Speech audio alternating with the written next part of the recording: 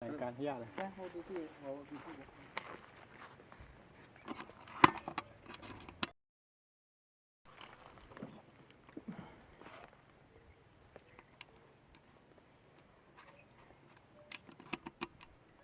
Can you talk into the mic?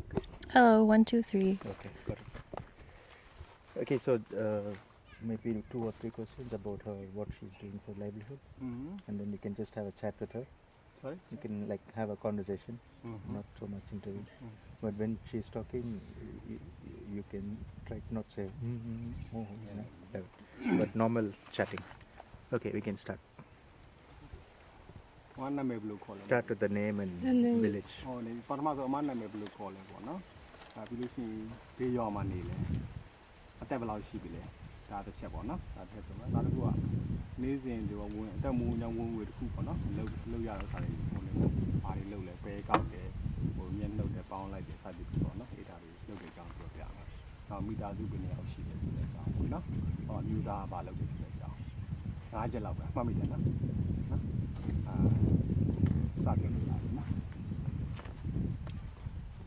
Already Okay. ကျမနာမည်တင်းတင်းယူပါအလောက်ကတော့မပြောကြရမှာနေပါလေအလောက်လောက်တာတော့ဘက်ကောက်တယ်မျက်ရိပ်မျက်လျှောက်ရိပ်တယ်ကူလီလိုက်စားတယ်မိသားစု9ယောက်ရှိပါတယ်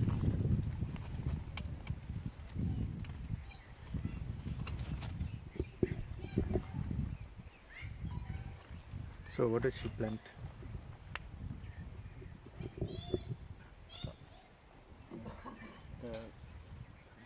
Introduce her name, where she lives, her family, and then what they are like the daily wages,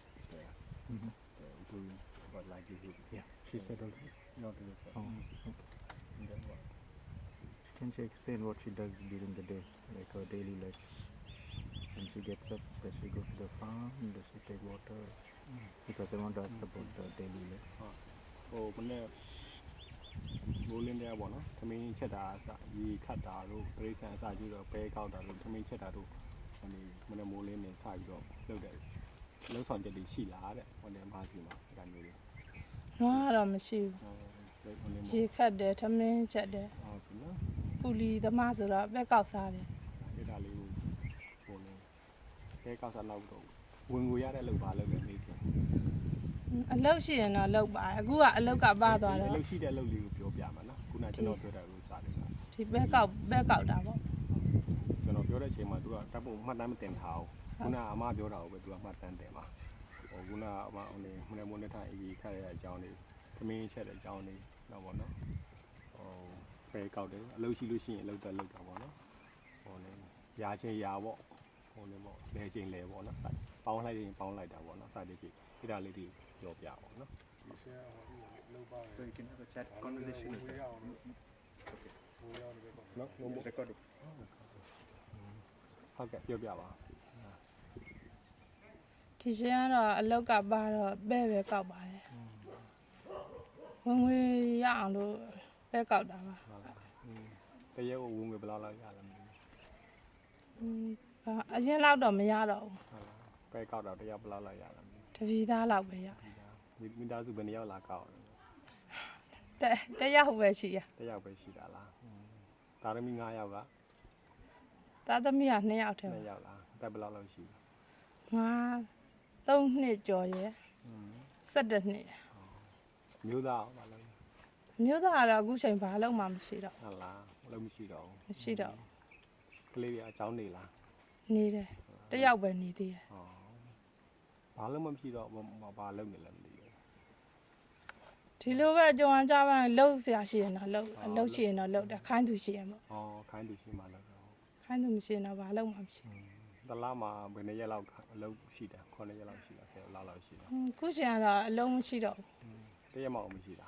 ဒီဘက်ကောက်တဲ့အလုပ်ကလေးပဲရှိရတဲ့တခါတလေ ပဲကောက်လား မကောက်ဘူးသူတော့ ဟုတ်လား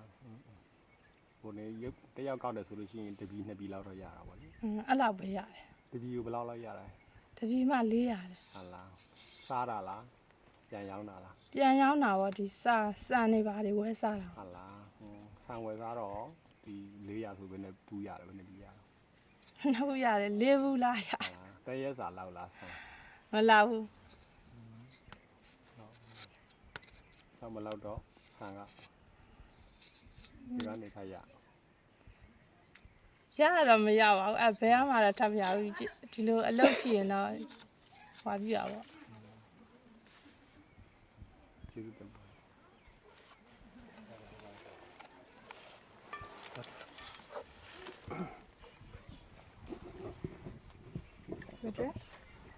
anything You have some about the water problem. Last question.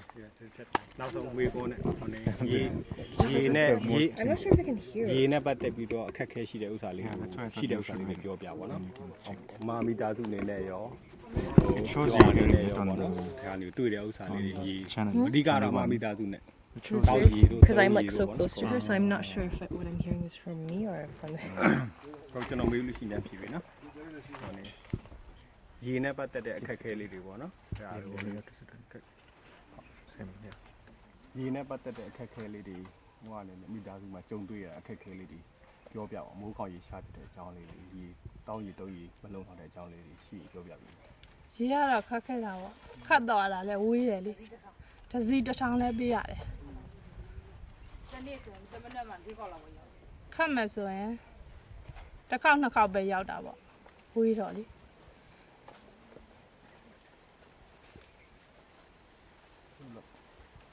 တုံးရေတောက်ရေရော တူတူပဲသုံးရေတောက်ရေရတော့အတူတူပါပဲ ကိုယ့်ကိုတော့ထမ်းရတာလဲနေတော့ ခေါင်းရွက်တာလှဲနွားမရှိတော့ခေါင်းရွက်တာ တစီတဆောင်ကမရွတ်နိုင်တော့ဝယ်ရတာပေါ့ ဝယ်ရတာဟုတ်ပါ တစီကိုဘယ်နှစ်ရက်လောက်သုံးရလဲအိမ်မှာ သုံးရင်တော့ဗာတစ်ရက်လောက်ပဲသုံးရမှာပေါ့ချွေသားသုံးရတာပေါ့ ချိုးရေရောအဲ့ဒီရေပဲလား ဒီရေပဲတောက်တာရောရှိုးရေရော ချိုးတာကံမှာတချိုးတာလားအိမ်မှာပဲချိုး အိမ်မှာပဲရှိုးရတာကန်အရှုံးမခံဘူး ဟုတ်လားဝယ်ပြီးမှချိုးရတာပေါ့ ဟုတ်ကဲ့ ဖေးချင်းအခုဆိုရင်ရေတော်တော်ရှားနေပြီလား ရှားနေပြီဆိုဝေးဝါကြီးလေရေက ဝေးသွားတယ်ဆိုတော့ဘာကိုပြောတာလဲမသိဘူးအရင်ရေခံတွေဝေးသွားတာလား အရင်ရေကန်နီးတာပေါ့ခုနောက်ရေကန်ကသွားခါတဲ့ရေကန်ဝေးဝါကြီးလေ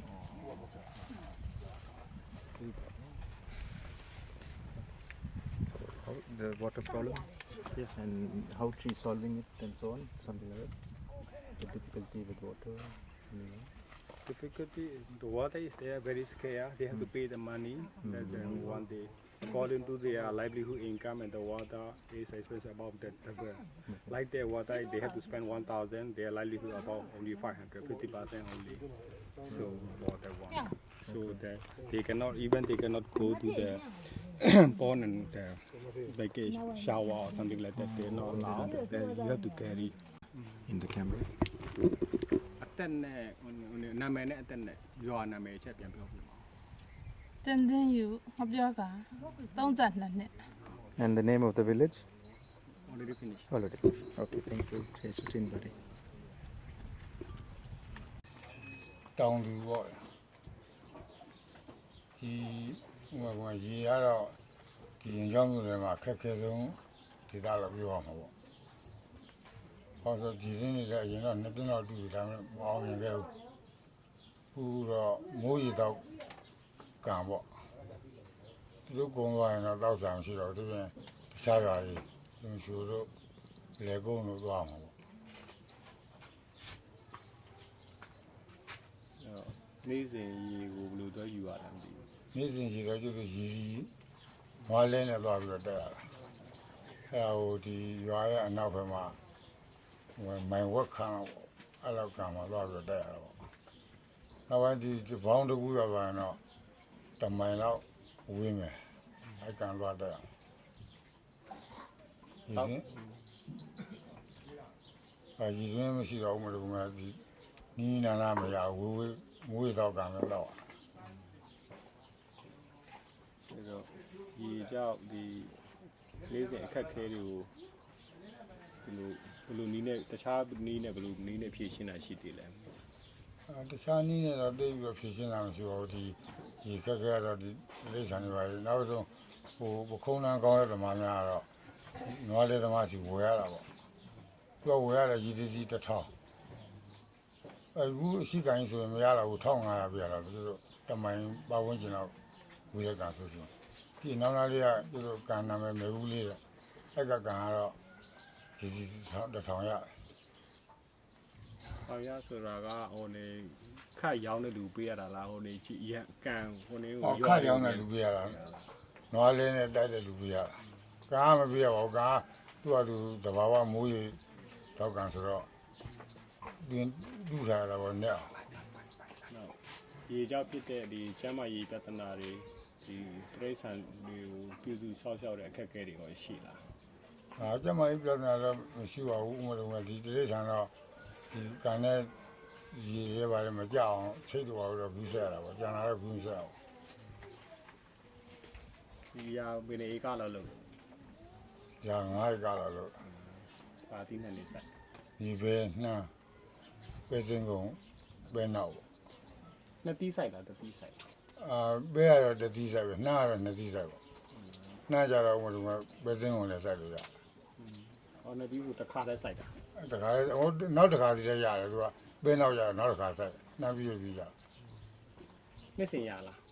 နှစ်စဉ်တော့ဟိုကမိုးဒီနေ့တော့မရဘူးဒီနေ့မိုးလေးကိုသာကောင်းလို့ရ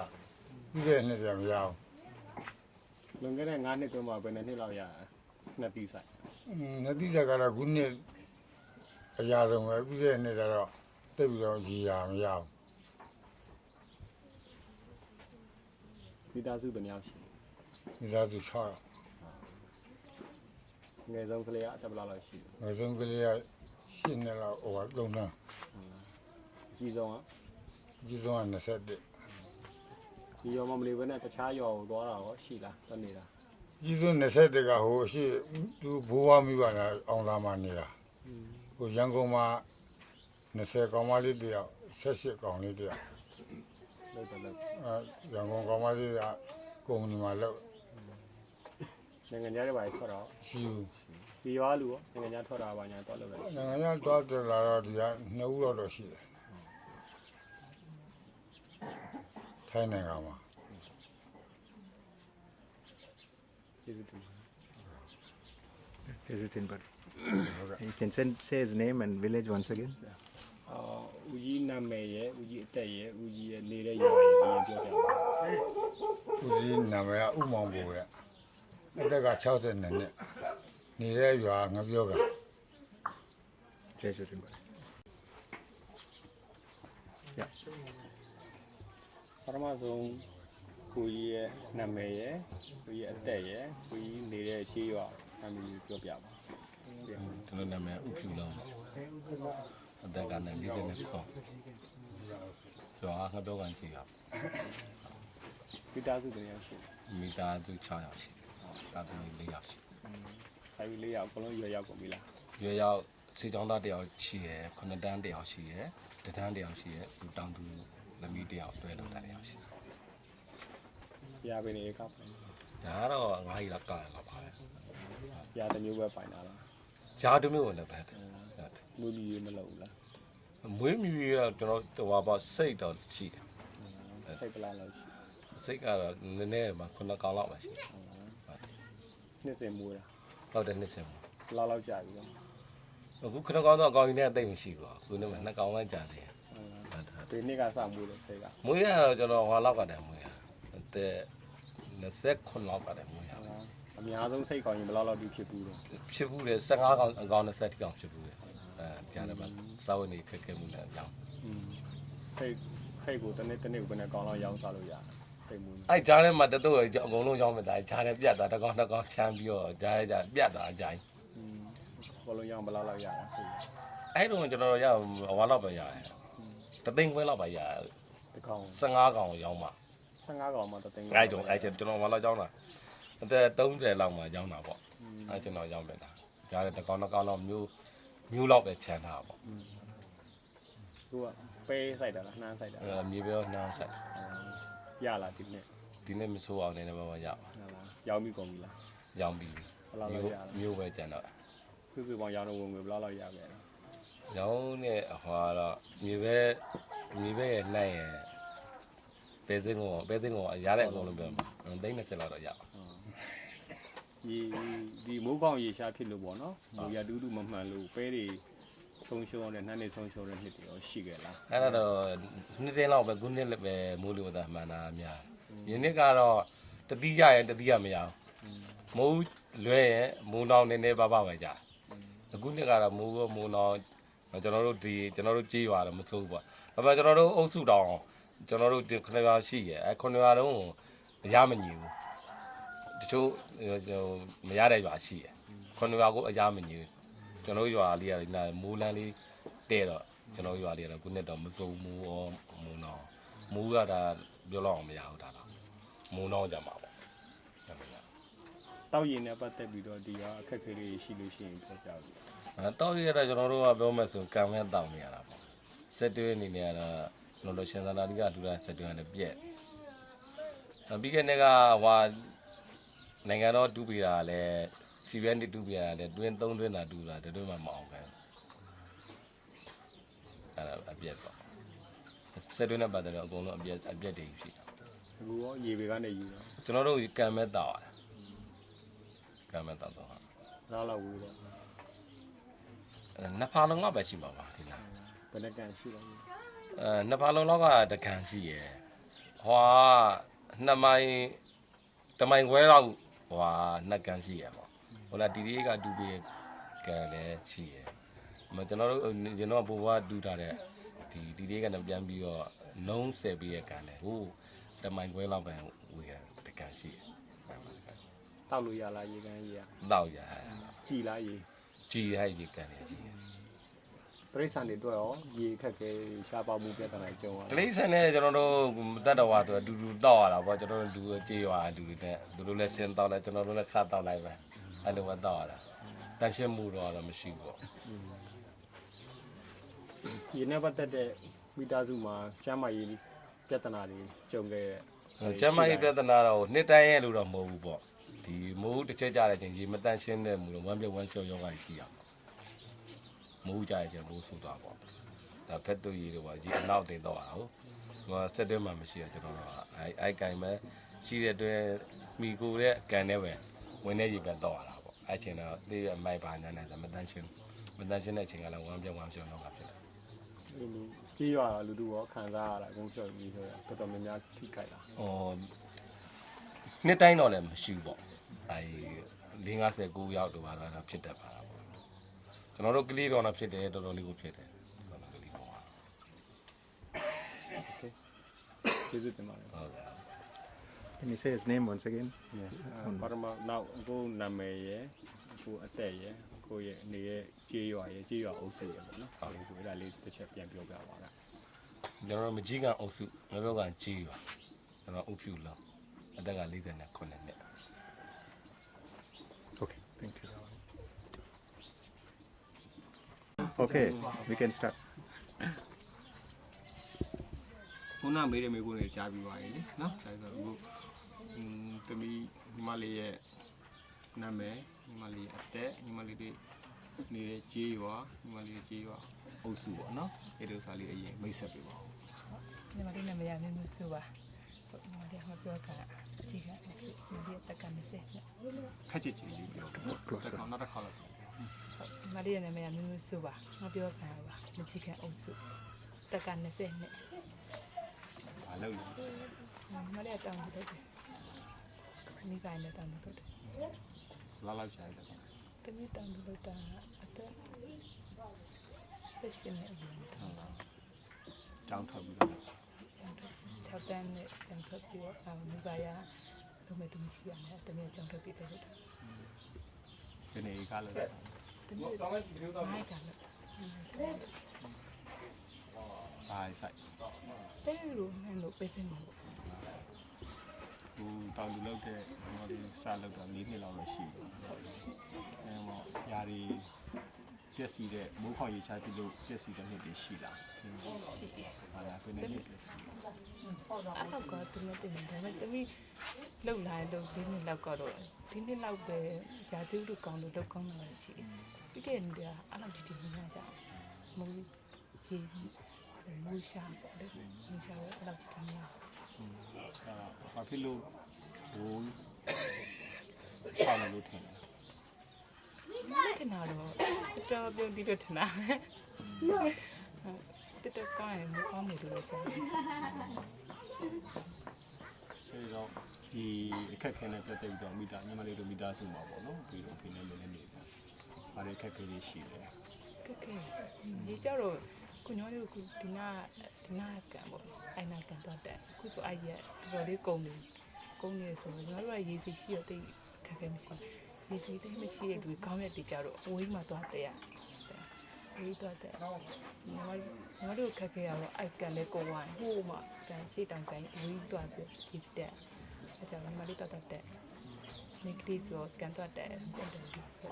စတဲ့ရှိနေကောင်းတော့ ဘယ်နဲ့ဘလားလောက်ဝေးတယ် တ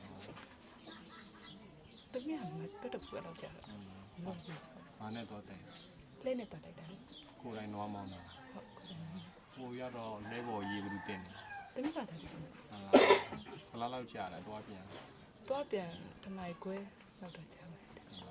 တနေ့ဘယ်နှခါလောက်တော့ တနေ့ကိုတစ်ခေါက်ပဲတိုင်တယ်ဝေးလေးလေးလေးပြီးတော့ပြင်မယ်တစ်ခေါက် မနေ့ပဲသွားတာညနေပဲသွား ညနေပဲတော့ရတယ် ဟုတ်လားဒီတစ်ခေါက်ကရေတစီပါတာဘယ်လောက်ပါတော့ အာဒီတစီမဒီဘုံနဲ့တွေ့တော့ဘုံ20ပေါ့အဲ့တော့ပဲ မိသားစုဘယ်နှစ်ယောက်တောင်းလား တနေ့မိသားစု6တော့ လောက်လား တနေ့ဒီစီလောက်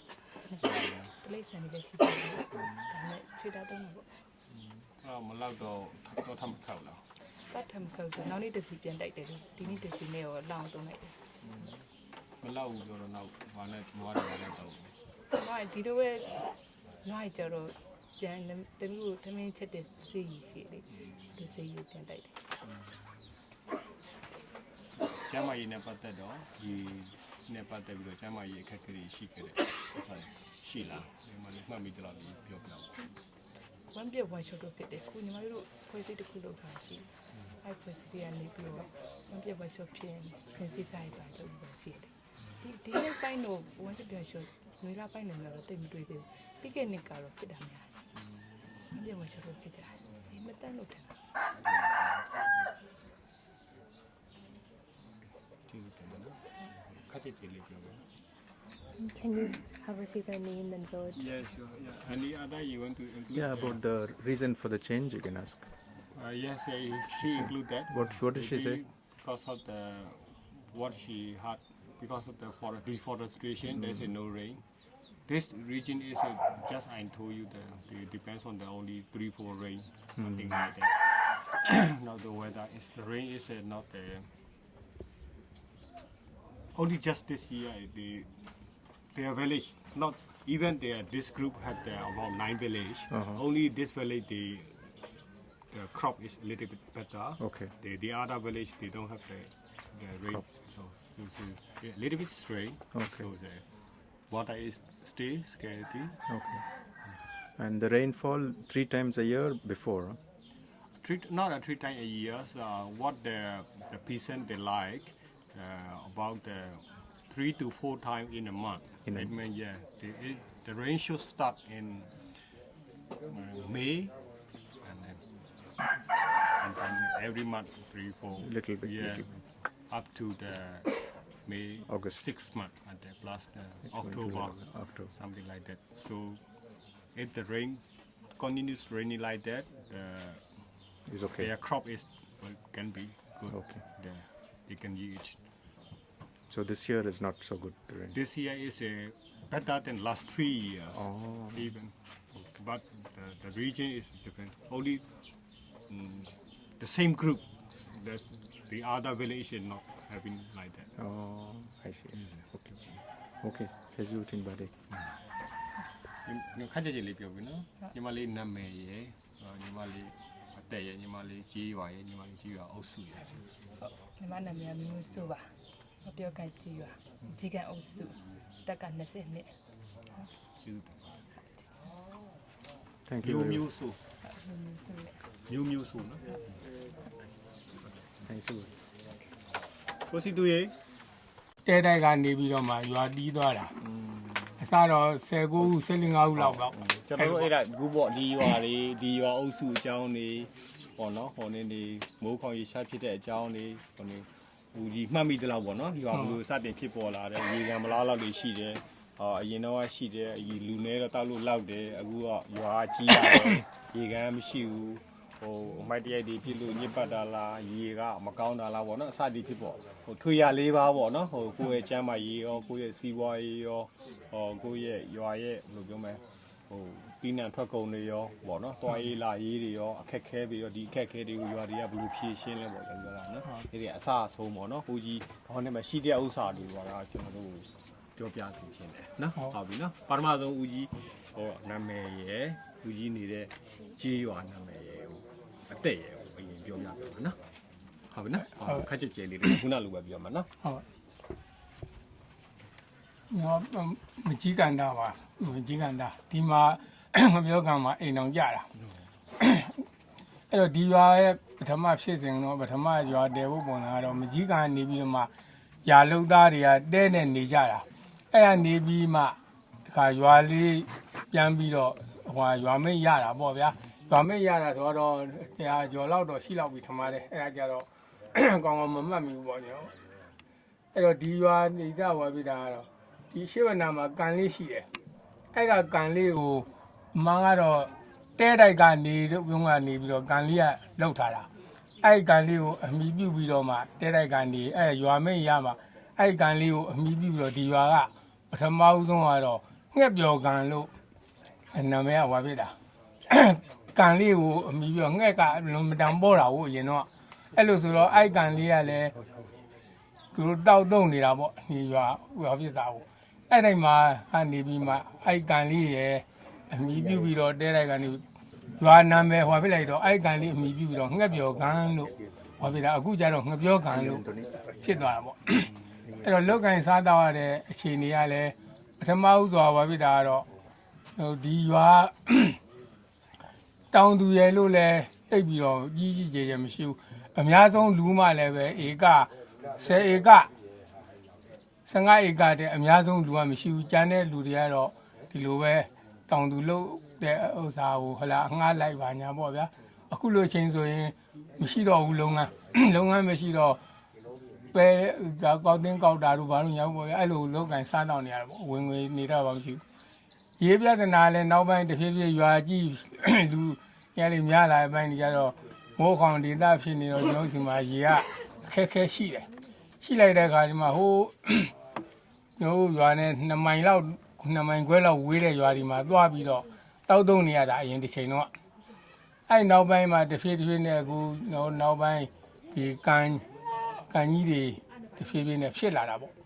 အဲ့တော့မှတခါမိုးကောင်းတဲ့နှစ်ဆိုရင်ကန်ရီကိုတောက်ရတယ်မိုးမကောင်းမှုဆိုရင်အခုနပြောတဲ့တွင်းရှိတဲ့နေရာကြီးသွားတာ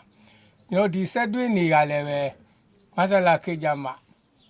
ပေးတဲ့အခါကျပြန်တော့လေကျွန်တော်တို့အုပ်စုကစမ်းမြိုင်တဲ့ဒီကရွာလေးတွေကသေးတော့လူအင်အားတရိတ်ဆန်အင်အားငွေအင်အားမတတ်နိုင်တော့ဆက်တွင်းလည်းတူးမပေးနိုင်ဘူး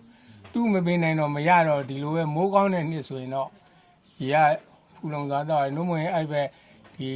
မဆလာခေကြမှာတူးပေးတဲ့တွင်းတွေကိုသွားပြီးတော့မိကိုတောက်သုံးရတာအဲစီဝိုင်းလမ်းကြောင်းကလည်းထုံးကောင်းပေါ်ဗျာဘာတောင်သူအင်အားမှာတိတ်မှမကောင်းတော့လဲအချိန်တွေကတိတ်တော့ကောင်းလာရင်မရှိဘူးပေါ့အရေးသဘောကလည်းအဲ့ဒါပဲတောက်သုံးတာကတော့မိုးကောင်းတဲ့နေ့ဆိုရင်တော့ကိုကန်ကိုတောက်လို့ရတယ်နှုံးပေါ်မှာမဟုတ်ရင်ဒီနောက်ဘက်မကြီးကန်နေလေကုန်းနေညောင်မကားတွေဆိုလို့ပေါ့အဲ့လိုသွားတောက်သုံးရတယ်ရင်းနဲ့ပတ်သက်ပြန်တော့လေမိုးကောင်းတဲ့နှစ်ဆိုတော့အခုလွန်ခဲ့တဲ့9နှစ်ထဲမှာပေါ့နော်ဟုတ်ဒီနှစ်ကမိုးကောင်းတယ်ထင်တယ်မိုးမကောင်းတာပဲနည်းနည်းလောက်ရှိတယ်မိုးမကောင်းတာတော့မိုးမကောင်းတဲ့နှစ်ကပဲများပါရဲ့ဗျာအခုနှစ်ပဲနည်းနည်းရေရတော့ဖူလုံလာပါပြတာအရင်ကတော့တိတ်ပြီးတော့မိကိုမိုးမီအောင်မတော့ပါဘူးအရင်နှစ်တည်းကတိတ်ပြီးတော့အဲ့လိုနှစ်ကနဲတာပဲအခုနှစ်ဆိုရင်တော့ရေသွင်းနေမတော့လောက်ဘူးပေါ့အခုနှစ်မိုးကောင်းတော့ရေသွင်းနေတော့မတော့လောက်ပုံမှန်ပေးရေပြတ်တာပေးချင်းတော့ပြတ်တယ်ရေပြရင်မိုးအခုနှစ်ကောင်းလို့လုံးမရင်အခုချိန်ဆိုရင်ပြတ်ချင်ပြီရေတပေါင်းတကူဆိုရေကပြတ်တာပဲမိုးမကောင်းတဲ့နှစ်ဆိုရင်အဲ့ချိန်ကစားပြီးရေခက်တယ်မိုးမရခင်ဆိုရင်တပေါင်းတကူကစုံနေုံလောက်မှာပဲရေကပေါ်မယ်ပါဖြစ်မယ်3-4လလောက်တော့ပါပြီပေါ့တ တပေါင်းတစ်ခုကစုံနေုံလာလောက်မှာပဲရေကပုံမှန်ဟောပြီးမှတော့အဲ့လိုလေးလာလောက်လေးလာ 9နှစ်ထဲမှာသူတို့ရေ4လလောက်ပြတ်တာဘယ်နှစ်နှစ်လောက်ကျုံခဲ့တာ အားဒါတော့အများကြီး ဒီငါနောက်ဆုံး9နှစ်ထဲမှာပေါ့နော် နောက်ဆုံး9နှစ်ကကို ဘယ်နှစ်နှစ်လောက်ကျုံလဲ 3နှစ်လောက်တော့ယုံလောက်တယ်3နှစ်တော့ရှိတယ်တိတ်တာပဲ2နှစ်လောက်ပဲကျတို့ဒီရေဟောပြရမယ် ဦးကြီးရလောက်လား ရလို့ လုံနိုင်နေလား ကျမ်းမကြီးကောင်းလို့လိုက်တော့ကျမ်းမကြီးမကောင်းတော့လည်းနေလိုက်ရတာ ဘယ်လိုလောက်တယ်ရတာသမီးတွေ တာသမီးရှိတော့ရှိတယ်တရားတာသမီးတယောက်ကလည်းအခုကျမ်းမကြီးမကောင်းတော့အခုချိန်တော့ဆင်းရတာပေါ့လုံးဝသူနေကောင်းနေတော့တက်တာပေါ့အခုတော့လောက်ကင်နေရသေးတာပဲအဲ့လို ဒီရေကြောက်ကျမ်းမာရေးဒီပြဿနာတွေဒီရောမှာကျုံခဲ့ရတယ်ရှိလားနှစ်တည်းမှတ်မိလား ရေကြောင်းတော့ကျမ်းမကြီးအဲ့လိုပုံစံတော့မရှိဘူးအခုလည်းအခက်ခဲတွေ့တာရတော့ရှိတာပေါ့ ညဘယ်နေကလုံး ရတော့ငါးက10ကလောက်များရှိမလား9ကလောက်များရှိမလား နွားဘယ်နေကောင်ရှိ တော့တော့ကူတော့တကောင်ပဲရှိတယ် ဟောစိတ်ရော စိတ်လည်းမရှိ ဝတ်မူလား ဝယ်လည်းမငွေ မ ဘူး ဝတ်ဘူးလားဒီ9နှစ်ထဲမှာဒီရာလို့တော့9ရေကနဲ့10ရေကကြာမှာတော်တော်အဆင်ပြေလားဒီနဲ့ထွက်လား ဒီတော့မရဘူး မရဘူးလား မရဘူး စိုက်တဲ့ချိန်မှာရောဟိုနေမျိုးစားတွေဘာတွေဘူးတွေအများကြီးတုံးရလား တုံးရတယ်တုံးတယ် တုံးလား တုံးတယ် ကျေးဇူးတင်ပါတယ်နော် ဟုတ် That's quite complete So he talked of the drought ခဏ situation. လေး Yeah, can you say his name again one more time? ဦးကြီးနာမည်ရဦးကြီးအတက်ရဦးကြီးရွာရဦးကြီးကျေးရွာအုပ်စုရတက်ခါလောက်တက်ခါဖြစ်ချင်းလေးထပ်ပြောပြပါ နော်နေတာဒီအုပ်စုကမကြီးကန်အုပ်စုပေါ့နော်ကျွန်တော်ဇင်းမြစ်ကတော့မကြီးကန်သားဒါပေမဲ့ဒီငပြောကန်မှာနေတာကျွန်တော်တက်က69နှစ်ရှိ နာမည် နာမည်ကအောင်တောင်းတဲ့ Okay, Jesus in body. So he talked of the changes in the water situation over the years, the history of something, history of the village, The history of village and something with the change of the water also, rainfall or does he know when he was young was a lot of rain or not? Yes I'm just asked about the sorry 5 years only Fine. Ask about when he was ငယ် young. တုန်းကနေဆိုလို့ရှိရင်ဒီဟိုဒီမိုးခေါင်ရေးချဖြစ်တာဘလားလောက်ဘယ်ခုနှစ်ကလွန်ခဲ့တဲ့နှစ်20လောက်နဲ့စပြီးတော့ကြုံခဲ့တာလားဟိုလုံးဘေးချိန်ဘေးတက်ဘလားလောက်ဒီရွာကိုရောက်လာတာနောက်ကြတော့ ဒါစိတ်မှာရောက် ဟုတ်တယ်အသက်စိတ်နဲ့ဒီ69နှစ်ကြာမှဒီဘက်မှာအဆင်ပြေတာဒီဘက်ရွာမှာရေးတွေပါလေဘေးခုနှစ်မှာ အစင်ပြေတာကတော့နေတာပေါ့ရေဟိုတော့ရေစင်ပြေတာနေတယ် အခြေအနေတူတူလောက်ပဲပေါ့အစတွေက စကကူလိုပဲမိုးတော့ကူလဲဟိုမရှိဘူးလေရေတွင်းမရှိဘူးဘာဖြစ်တော့ရေမိုးမကောင်းဘူးဆိုလို့ရှိရင်ရေတွင်းရှိတဲ့နေရာတွေမှာပဲတော့ရတယ်မိုးကောင်းတဲ့နေ့ဆိုရင်တော့အခုနေ့မျိုးဆိုရင်တော့မသွားတော့ အဲ့ဒီဟိုနေဦးကြီးအသက်ကြီးတယ်ဆိုတော့လွန်ခဲ့တဲ့အသက်နဲ့နှစ်20လောက်ဆိုလို့ရှိရင်ဟိုဘက်ကိုသွားရတဲ့နှစ်တွေကြုံခဲ့တယ်လား အများကြီးကြုံခဲ့တော့ဒီဘက်ဒီဟိုဒီအိမ်တော်ကြမှာပဲဒါသွားတာတွေကဟိုညောင်မွေးတင်တော့2တိုင်လောက်ဝေးတဲ့နေရာတွေကိုပဲသွားတက်ရတာအဲ့လိုနှစ်တရားကိုလည်းဒီခုမန္တလာကရေတွင်းမတူးခင်ကတူးမပေးခင်ကပေါ့ဗျာအဲ့96 95လောက်ရှိမလားမသိဘူးအဲ့ဒီဘက်မှာဒါဒီရေတွင်းနေနဲ့နီးကပ်ပြီးတော့ဒီဘက်မှာမရှိရင်သုံးကြရတာဟိုအရင်တော့ဆိုလို့ရှိရင်အဲ့တွင်းနေမရှိခင်ကဆိုလို့ရှိရင်တို့ဒီ2မိုင်ခွဲလောက်2မိုင်တာလာလောက်ဝေးတဲ့ဒေသမှာသွားပြီးတော့ဒီရေနွားလဲနဲ့တိုက်သုံးရတာအဲ့နွားလဲမရှိတဲ့လူတွေကတော့ဝဲသုံးရတယ်ပေါ့ ရေတွင်းတူးပြီးတဲ့နောက်ပိုင်းမှာပေါ့နော်ဟိုနေတခြားရွာကိုဒီသွားရတဲ့နှစ်တွေစိတ်လာတာလားဟိုနေကျဲလာတာအဲ့ဒါပဲသိချင်တယ်နှစ်တိုင်းလို့အခုလွန်ခဲ့တဲ့9နှစ်ဆိုရင်3နှစ်လောက်တော့သူများရွာသွားတယ်လွန်ခဲ့တဲ့10နှစ်ဆိုရင်ရောသွားရတယ်လို့ပဲ သွားခဲ့ရ လွန် တာ ခဲ့တဲ့10နှစ်ကပို့သွားရလားဒီနောက်3နှစ်ကပို့စိတ်လာတာလား ပိုးကိုသွားခဲ့ရသေးတယ်အရင်က ရင်းငယ်ပို့သွားခဲ့ရ ပိုးသွားခဲ့ ဟိုဘာလို့အခုနောက်ပိုင်းကျတော့ဒီဟိုနေနေတူးထားလို့လားတချို့ဥစ္စာတွေ ကန်နေကန်ကလည်းနည်းနည်းတူးထတာလေးတွေရှိတော့ဟွာပြလိုက်တော့ရေကပိုးပြီးတော့အောက်နိုင်လာတဲ့ပုံစံလေးနဲ့အဲ့လိုပေါ့ ဟုတ်ကဲ့ Okay, thank you. ပူပေါင်းတာပါကြည့်ရအောင် ဟုတ်တယ်ဘူးပေါင်းလာရှိလိမ့်မယ်အာယူဖွဲ့တစ်ခုနဲ့ဘူးပေါင်းလာလောက်လာရှိလိမ့်မယ် ဆိုင်ဖို့တယ်လောင်တက်သေးပါအောင် လာဘူးလေဘာမှမမောင်းမယ်ဘုရားမောင်းဟောယူလေးတူရရှုံးသွားရဲ့ ဟုတ်ပဲအောင် အဲ့ဒီကအဟောလေအဲ့ဒါဒါပဲ ပြန်ထပ်တူးမလို့လားစင်တာ ဟုတ်ဘူးတူရအောင်ဆိုမောင်းမြင်တော့မောင်းရှင်းမ Dan kau jadi baik lagu dan na. Mai benar pom kondio ko po. โอเค Okay, start. ဟောဒီငါပြောက Can walk. ရေကဒီကျင်းရဒီဘက်ကကျင်းရပေါ့ဗျာကျင်းနဲ့ကျင်းတူးတယ်ကျင်းတူးရတော့ရေကမအောင်မြင်ဘူးလက်ကျင်းတူးရပါဗျာကျင်းတူးရတာဒီနေ့ကတော့ဒီမောင်းမြဖြစ်ပြီးတော့ဒါတို့လက်လျှော့ပြီးတော့နောက်ပြန်သွားတယ်လွန်ခဲ့တဲ့ဘွာလောက်ကပေါ့ဒီနေ့အတွင်းမှာပြီးတော့ပြီးအဲ့ဒါမောင်းမြင်နေတဲ့ဒီကရေပိုးအခက်အခဲကြုံသွားတာပေါ့ဘွာလည်းပဲငွေကြီးကအကဲတို့တယ် ဒါပြီးတော့ဘလောက်ဆိုင်ထုတ်ခဲ့ရလဲ ငွေကြီးကတော့သူတို့ဟာပေါ့နော်ဒီကျင်းနေချင်းရဲ့တာဝန်ကြောင့်တပေကိုသူတို့ကပေါ်9000အောက်6000ဒီထုံးနေပေါ့ ပေးရ ညာ ရောကဘလောက်ပေးရ ရွာကတော့အပြည့်ရပါရွာကတော့လောကကူညီပေးရအဲ့လိုဖြစ်သွားမကြည့်ဟိုချင်းနဲ့ဒီချင်းနဲ့မကြည့်တူတာ ဒီဆက်တရား ဒီစတဲ့သူတို့ဟိုကန်ထိုက်စက်တွေ ရေချင်းတူးတယ်ရေမထွက်ဘူးပေါ့ တော့ဘူး ရေမထွက်ဆက်တယ်ဒီတိုင်းပြတ်သွား စက်တွေရထားခဲ့တော့မတရားဘူး Can you walk there? There.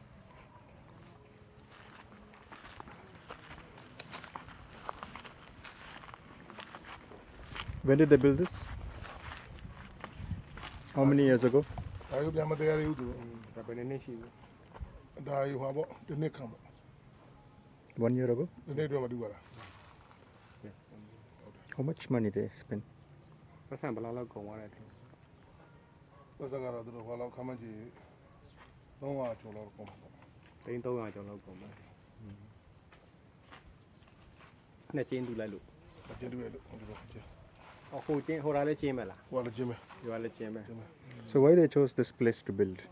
ဘာဖြစ်လို့ဒီနေရာရွေးတာ ဒီအောက်ကမြေလူမဲ့လို့နေရာရှိရဆိုပြီးတော့မြေလူမဲ့နေရာကိုတူရတာ ဘာဖြစ်လဲ မြေလူမဲ့နေရာ ဟုတ်ပြီ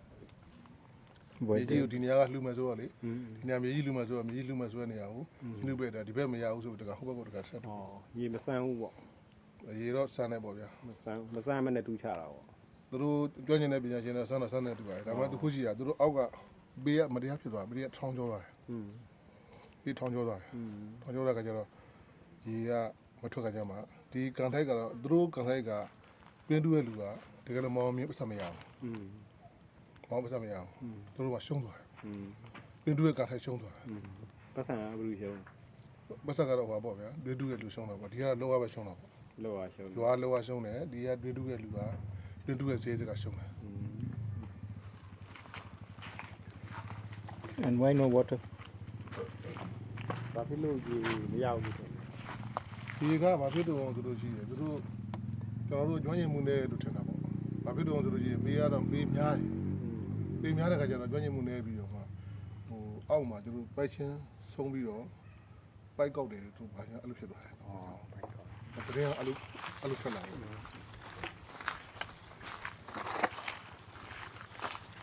What is this for? ဒါလေးရတော့ကျွန်တော်တို့တကယ်လို့ရေအောင်လို့ရှိရင်ဆက်ထားဖို့လို့ဆက်အိမ်ဟိုကရေတော်မို့လို့ရေဥက္ကဒါဆက်ထားဖို့အိမ်ဒီလိုအောင်မသူတို့ရှိရင်ဆက်ရထားမယ်ရေဟိုဘက်ထုတ်မယ်ဘောလေ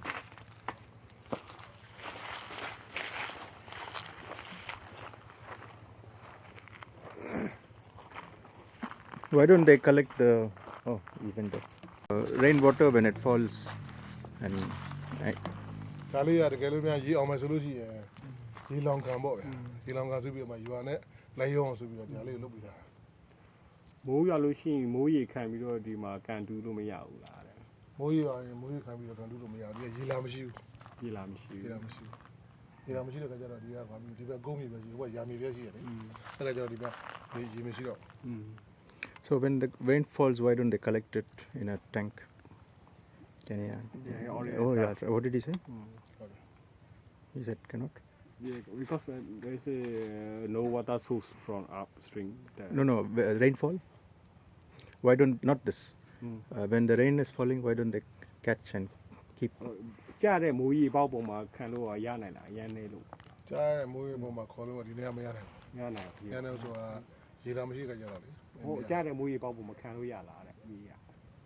က ဒီကလေးပြေးကုန်လား ဟွန်း ဒါပြေးဖို့ဆိုရင်တော့တခုရှိရပါဗျာအမိုးကအဆောက်အဦရှိမှဖြစ်တာလေကျွန်တော်တို့ရေခန္ဓာဆိုတော့သူ့ရေခန္ဓာမျိုးပြောတာပါဗျာအဲ့ဒါမျိုးဆိုလို့ရှိရင်ကျွန်တော်တို့ဒီကအဆောက်အဦကြီးရှိမှဖြစ်တာ Boy, ဒါလေးနဲ့ခါတိုင်းကဘယ်လိုရှိရဆိုတော့ပြောပြပေးလိုက် ခါတိုင်းဆိုလို့ဒီကဟွာတော့ပေါ့ဗျာ can you go touch it? ဒီမှာကျွန်တော်တို့ဒေသခေါ်ဆိုလို့ရှိရင်ဝါးတရိုက်လောက်ပေါ့ဝါးတရိုက်လောက်ကျွန်တော်တို့ဒီမှာတက်ဘူးတယ်ဒါမလို့ဟွာပေါ့ရေရှည်ကတော့တိတ်မခံဘူးပေါ့ဗျာ ဘာလို့လဲဆိုတော့တိုင်းပြလိုက် ဟွာပေါ့10ပေလောက်တက်ဘူးတယ်ပေါ့ လူကြီးမဟုတ်လို့ရလူရလူကြီးမဟုတ်နော် အဲ့ဒါကြီးဟွာပေါ့ How soon? ဒီဘက်ကခေါ်တော့ဒီမှာရောရော This one uncoil it so it's longer. Yeah. ကောင်းဆောင်တယ် and that was So ask about him about his activity, his social activity. Then about the village and about the water problem. Finish. ပထမဆုံးအကိုရဲ့အကြောင်းပေါ့နော်ပထမဆုံးအကိုရဲ့အကြောင်းပြီးလို့ရှိရင်ကိုရဲ့လှုပ်ဆောင်ချက်တွေပြီးလို့ရှိရင်ပေါ့နော်လို့ရှိရင်ဒီရွာရဲ့အကြောင်းတွေပေါ့နော်ဟုတ်ကဲ့အဲ့ဒါလေးပြောပြပါ အခုကျွန်တော်ကဒီလူမဆိုမှာနေပါတယ်လူမဆိုမှာမွေးတဲ့လူမဆိုဇာတိပေါ့ဒီရွာရဲ့ဇာတိပေါ့ဒါမှမဟုတ်ကျွန်တော်ကဒီမှာနေခဲ့တာငငယ်ကတော့ဒီမှာမနေရဘူးအခြားဒေသတွေမှာသွားပြီးတော့နေရတယ်ဘာကပညာရေးပေါ့နော်ဒီတော့ကတော့ကျွန်တော်တို့ဘုရားဘာသာပညာရေးကိုအများကြီးတင်နေတယ်အဲဒီမှာဒီပြန်လာခဲ့ဒီမှာရောက်တာဆိုလို့ရှိရင်နှစ်ပေါင်းဟောတော့ရှိသွားပြီနှစ်ပေါင်း30တော့ပြန်ရောက်လာအခုဒီရွာကရွာဒီယာဆိုလို့ရှိရင်နှစ်ပေါင်း100ကျော်အဲဒီမှာလာနေခဲ့တယ်အခုတော့ကျွန်တော်တို့အနေနဲ့ကရင်းတော့ရွာလူကြီးလုပ်တယ်အခုတော့လည်းရွာလူကြီးမလုပ်ဘူးမယ်လို့ရောမရဖအနေနဲ့ဒီမှာကျွန်တော်တို့ကဦးစီးဦးဆောင်လုပ်ပြီးဆောင်ရွက်ပြရတယ်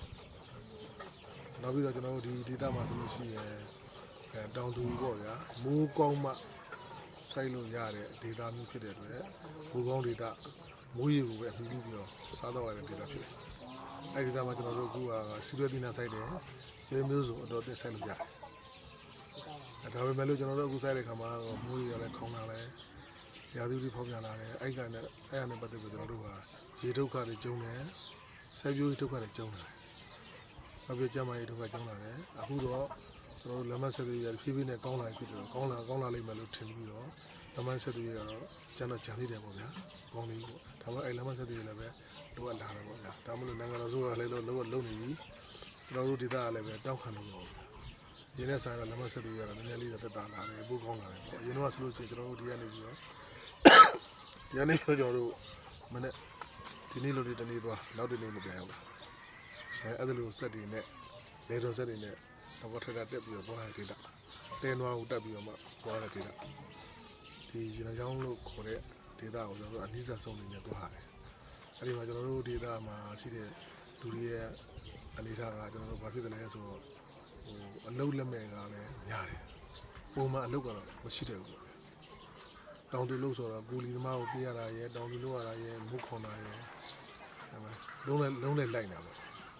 ဒီပေါ်တုတ်တဲ့နှုံးနဲ့အမှန်မှနှေးတဲ့ဒေသလို့ပြောလို့ရတယ်။အခုတော့ဆိုလို့ရှိရင်ကျွန်တော်တို့ဒေသမှာတကယ်တမ်းကျတော့မိုးတစ်မျိုးပဲပြီးခိုးရတယ်မိုးကခေါင်းတယ်။မိုးခေါင်းတဲ့ခါကျတော့ကျွန်တော်တို့မိုးရရှိလုံးမတိုင်းအများကြီးဒုက္ခပူတယ်။ရေဝဲတော့တဲ့အစင်မျိုးပေါ့ဗျာ။အရင်တော့ကတော့အရင်လွန်ခဲ့တဲ့နှစ်ပေါင်း30လောက်ကတော့မဝယ်ရဘူး။စမ်းတွင်းတွေထွက်တာရှိတယ်။အဝေးစီးတွေနဲ့လည်းအဲ့တော့နေပါတယ်။အခုတော့စမ်းတွင်းရလည်းခန့်ချောက်တယ်။ဒါကစမ်းတွင်းနေရဆိုလို့ရှိရင်အရင်တော့ဆိုလို့ရှိရင်ကျွန်တော်တို့ကလက်ကားခတ်ပြီးတော့လက်ရက်တွင်တူလက်ကားခတ်ပြီးတော့သုံးရတဲ့ဒေသမျိုးတွေမရှိတော့ဆရာတို့လည်းမြန်မာပါအဲ့ဒီဒေသတွေမှာဆိုလို့ရှိရင်ကျွန်တော်တို့အခုလာခဲ့တဲ့ငပြောကစမ်းမြိုင်စသည်ဒီဒေသတွေမှာဆိုလို့ရှိရင်ကျွန်တော်တို့စမ်းရည်သုံးရတဲ့ဒေသတွေဖြစ်တယ်အဲ့ဒီဒေသကိုစမ်းရည်ဆိုလုံးဝသုံးလို့မရတော့အဲ့တော့ကျွန်တော်တို့ကဒီဒေသအပြင်ချုံပြောရဆိုရှင်တော့ကျွန်တော်တို့ဒီဒေသပတ်ဝန်းကျင်မှာ6တွေ့ရမုန်းခေါင်တယ်ရေရှားတဲ့ဒုက္ခမနမခါစားတဲ့ဒေသတစ်ခုတော့ဖြစ်တယ် ကိုရဲ့လူမှုရေးဆောင်ရွက်ချက်တွေပေါ့နော်။ဘာတွေလုပ်နေလဲဘယ်လိုမျိုးတွေလုပ်နေလဲဘာတွေလုပ်ဖို့ရှိလဲဒီဆောင်ရွက်ချက်တွေပြောပြပေးလို့ရပါတယ် ရပါတယ်ကျွန်တော်ကဒီဘာသာရေးနဲ့ပတ်သက်လာလို့ရှိရင် ဘာသာရေးအဖွဲ့အစည်းတစ်ခုခုမှာကျွန်တော်တို့ဘုရားဘာသာအဖွဲ့အစည်းတစ်ခုမှာကျွန်တော်ဘာသာရေးအနေနဲ့ကျွန်တော်ဆောင်ချက်တွေရှိပါတယ်ကျွန်တော်တို့လုပ်ကံပေးနေတဲ့ဘာသာရေးဆောင်ချက်ပေါ့ကျွန်တော်တို့ဘုရားဝယ်ကိစ္စကျွန်တော်တို့နောက်ပြီးတော့တန်ခါတော်များစာမင်းရေးကိစ္စအဲ့ဒါနဲ့လိစဆုံးကျွန်တော်တို့ဒီဘုရားဘာသာလူတွေလုပ်ကံခဲ့ပါတယ်အခုအခြားသောဟုတ်လားကျွန်တော်တို့ဘာသာတရားနဲ့မဟုတ်ဘဲနဲ့လူမျိုးကိစ္စတွေမှာဆိုလို့ရှိရင်လူတွေရဲ့နာရေးရှိရယ်ဒါတွေကိုဝင်ရောက်ကူညီခဲ့တာတွေလည်းပဲရှိခဲ့ပါတယ်ဘယ်လိုနေရာတွေကူညီခဲ့တယ်လို့ရှိရင်အလူတန်းဖြစ်စီကျွန်တော်တို့ကျမ်းမာရေးကြောင့်ဟလာသွားတာလည်းကိစ္စဖြစ်စီတေလို့ပို့ရတဲ့ကိစ္စမျိုးဖြစ်စီစီမံဆောင်ရွက်ရတဲ့ကိစ္စမျိုးတွေမှာကျွန်တော်တို့ဝင်ရောက်ဆောင်ရွက်ခဲ့ပူပါတယ်အာယူဖွဲ့ရတော့ကျွန်တော်တို့ဒီမှာအခုလောလောဆယ်ဆိုလို့ရှိရင်ကျွန်တော်အနေနဲ့ကတော့ဒီတဘောပေါင်းနေထင်းလေးအဖွဲ့ဒီအဖွဲ့နဲ့ပဲကျွန်တော်ဒီလမ်းတက်ဖို့ရယ်ဒီလိုတွေမှကျွန်တော်လုပ်ဖို့ပါတယ်ကျန်တဲ့အဖွဲ့တွေကတော့ကျွန်တော်တို့ကငကူပနာမပေါ့ဗျာအခင်းချင်းတစ်ခုမှပဲကျွန်တော်တို့ပါဝင်ခဲ့ဘူးတယ်ဒါပေမဲ့လည်းကျွန်တော်တို့ကလူငယ်တွေကျွန်တော်တို့လွှဲပြီးတော့မှကျွန်တော်တို့စီမံအောင်ပဲစီမံခဲ့ပါတယ်အဲ့လိုလည်းလုပ်ပါတယ်တင်းဖွဲ့တွေရောဘာတွေရှိတယ်ဒီမှာဆောက်ရွက်လောက်တာဒီမှာကျွန်တော်တို့ဘုရားဘာသာနဲ့ပတ်သက်လို့ဒါနဝေဘုံလာအသိရှိတယ်နောက်ပြီးကျွန်တော်တို့လူငယ်ပရိုက်တာအသိလေးရှိတယ်ဒီပါမပရိုက်တာအသိလေးရှိတယ်နောက်ပြီးတော့ဒီမှာရှိတယ်ကျွန်တော်တို့ဟောပေါ့နိုင်ကူကြီးမှုအသိလေးတွေကုသတယ်လာပါဒါလေးရှိတယ်ဒါတော့အသိဖွဲ့တော့အရှာမျိုးနေတဲ့ဆိုင်တော့လည်းနေနေဒေသနဲ့ဆိုင်လည်းနေပါသေးတယ်ခုန NGO ဘယ်နှခုနဲ့ကိုချိတ်ဆက်ပြီးတော့လုပ်ဖြစ်တယ်နာမည်NGO ဖွဲ့နေတာကျွန်တော်တို့ရွာအနေနဲ့ကတော့လုပ်ဖို့ပါတယ်ပါရဏအဖွဲ့ရှိမယ် DTA အဖွဲ့ရှိမယ် Mobilisation အဖွဲ့ရှိတယ် IDE အဖွဲ့ရှိတယ်ကျွန်တော် Maestro ကိုခေါ်ချတာကျွန်တော်စီကတော့အမှန်နဲ့နေသေးတယ်အများဖြင့်ရေကန်တူးတာတို့ကျောင်းဆောက်ပေးတာတို့ရရှိအောင်ဒီနေ့တပုံဆောင်းရပေးတာတို့ပေါ့လေအဲ့လိုဖွဲ့လေးတော့လာကြတယ်ဝင်းမြူဖွဲ့တော့ဒီမှာလာတယ်နေမုံမီရောဒီရောမှာလုပ်လို့ရတယ်ဝင်းမြူရလုပ်မကြပါဘူးကျွန်တော်တို့တခြားဒီဇိုင်းမှာဆိုလို့ရှိရင်ကျွန်တော်တို့ ਨੇ အနီးတဝိုက်ပေါ့ဗျာဘယ်ရွာတွေလဲဆိုလို့ရှိရင်ကျွန်တော်တို့အနောက်ဘက်ကရွာတွေတောင်ဘက်ကရွာတွေမှာဆိုလို့ရှိရင်စိတ်မွေးမြူတွေတုံးမွေးမြူတွေနွားမွေးမြူတွေစသည်အပြင်အရင်နည်းကိုစိုက်ထုတ်ပြီးတော့ကျွန်တော်တို့ဆွဲတာရှိတယ်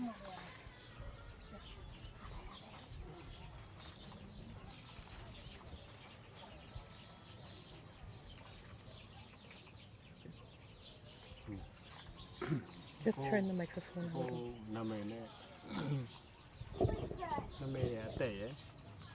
ကျွန်တော်နာမည်ရကြည့်ရအောင်ရှိရဟုတ်ပြီကျွန်တော်နာမည်ကဦးသားဆိုလို့ခေါ်ပါတယ်ကျွန်တော်အသက်ကတော့52နှစ်ကျွန်တော်တို့ရွာကရန်ကြောင်းမြို့နယ်မချီကအုပ်စုလုံရှိုးရွာလို့ခေါ်တယ်အင်ဂျီအပြင်တော့ကျွန်တော်ရွာကအင်ဂျီ330လောက်ရှိတယ်ရာရှိတဲ့လူပဲများရှိရာရှိလူကကျွန်တော်တို့ပြောချုံပြောမှာဆိုလို့ရှိရင်ကျွန်တော်ခမန်းကြီးအပြင်ရာရှိရဲ့လူကအင်ဂျီ150လောက်ရှိတယ်ဒါတော့ဒီရွာလူတွေရောဒီတခြားအရက်ဒေတာမှာတွားရောက်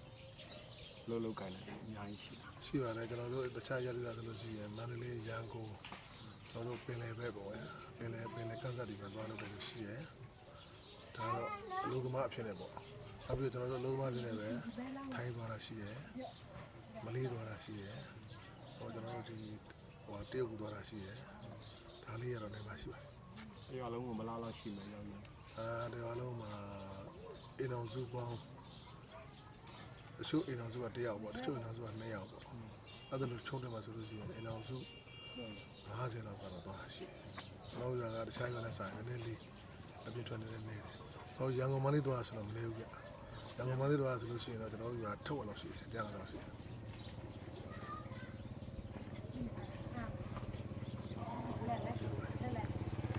Okay, everything covered. Also droughts also.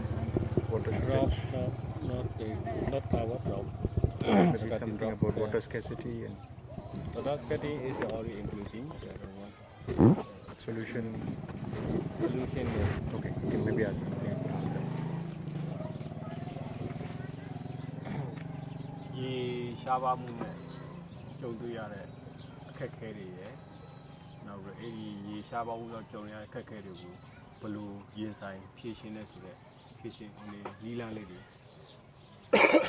ပြီး ပြော ခဲ့ ခဲ့ တဲ့ တဲ့ဥစ္စာလေးတွေပြောပြပြီး ကျွန်တော်တို့ရေရှားပါမှုနဲ့ပတ်သက်ပြီးတော့ပြီးခဲ့တဲ့ကျွန်တော်ဖြည့်ရှင်းခဲ့တဲ့အပိုင်းဆိုလို့ရှိရင်တော့ကျွန်တော်တို့ရဲ့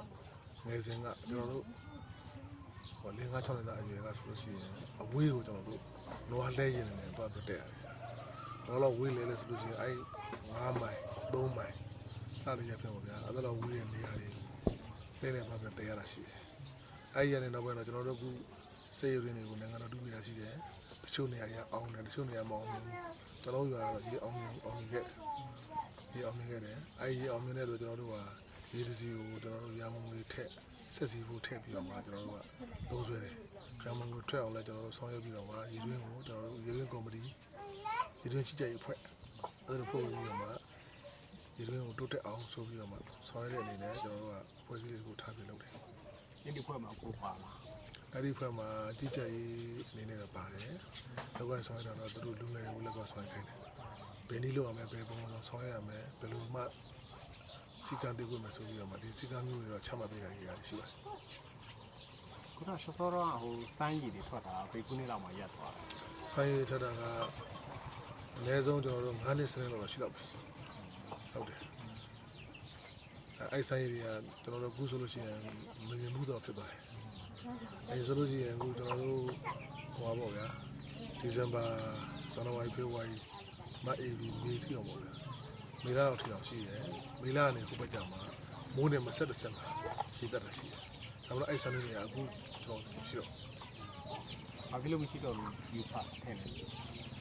အဘူစိန်လည်းပဲလာတော့ကျွန်တော်တို့ဓမ္မပန်းဝင်နေပစ္စည်းရတယ်ပေါ့အဲ့ဒါလေးကြောင့်ကျွန်တော်ထင်တာပါမိုးကလည်းပဲအချိန်မှတော့သူကရွာတယ်ရောင်းနဲ့တွန်းချတယ်ဒီကိုမခံနိုင်ဘူးစုပ်ယူနေမဲ့သူပဲသူတို့တွေဓမ္မပန်းဝင်နေပစ္စည်းလို့ဘူစိန်သိလုံခဲ့လို့ကျွန်တော်တို့ကတော့ထင်ပါတယ်ဒါပေမဲ့ကျွန်တော်တို့ဒီအဖြစ်ကိုလည်းပဲဘာကြောင့်ရှားလာလဲဆိုတော့ဒီကနေ့အားလုံးကမသိပါဘူးကျွန်တော်တို့အဲ့ဒီရနဲ့ပတ်သက်ပြီးတော့လည်းဟောပြောပွဲလေးပါလေးကိုပဲကျွန်တော်တို့ကဘယ်ဘက်ကပဲဆောင်ရဟောပြောပွဲလေးလုပ်ဖို့ပဲကျွန်တော်စဉ်းစားပြီးပါတယ် ဘာဝပတ်ဝန်းကျင်ညမနည်းနည်းလေးတိတိကျကျလေးပြောပြလို့ရမှာ ဒီကြဆိုရင်ကျွန်တော်တို့ကတစ်တော်တွေကပြောပါတယ်ကျွန်တော်တို့ရွာတွေရွာကမိသေးမဖုတ်ဝင်မယ်လို့ကျန်တဲ့ဘက်မှာမိသေးဖုတ်ရရှိတယ်အဲ့လိုမိသေးဖုတ်တာတော့တစ်တော်တစ်ပဲခုတ်တာတော့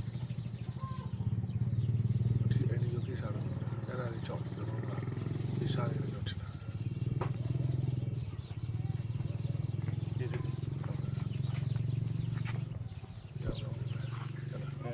anything you want to add That's all. The solution is okay, no?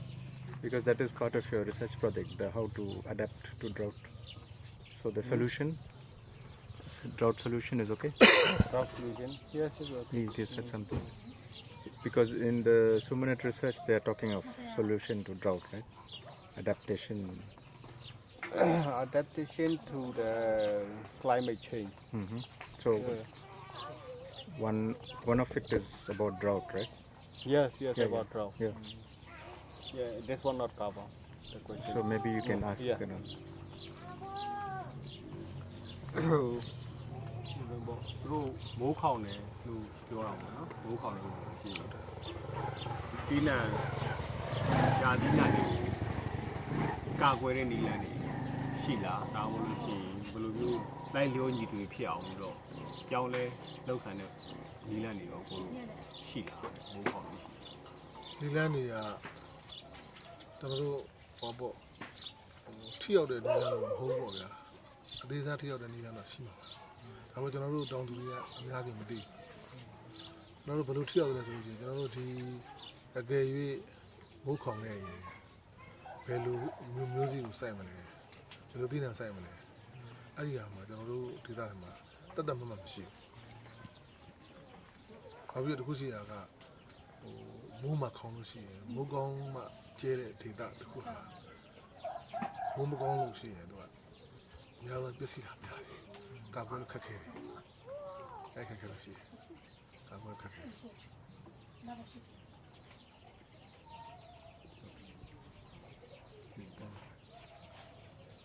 Okay. okay. So it's good for you. Wait for adaptation. So anything he wants to say to us, if which we did not ask, you can. Yes. Final.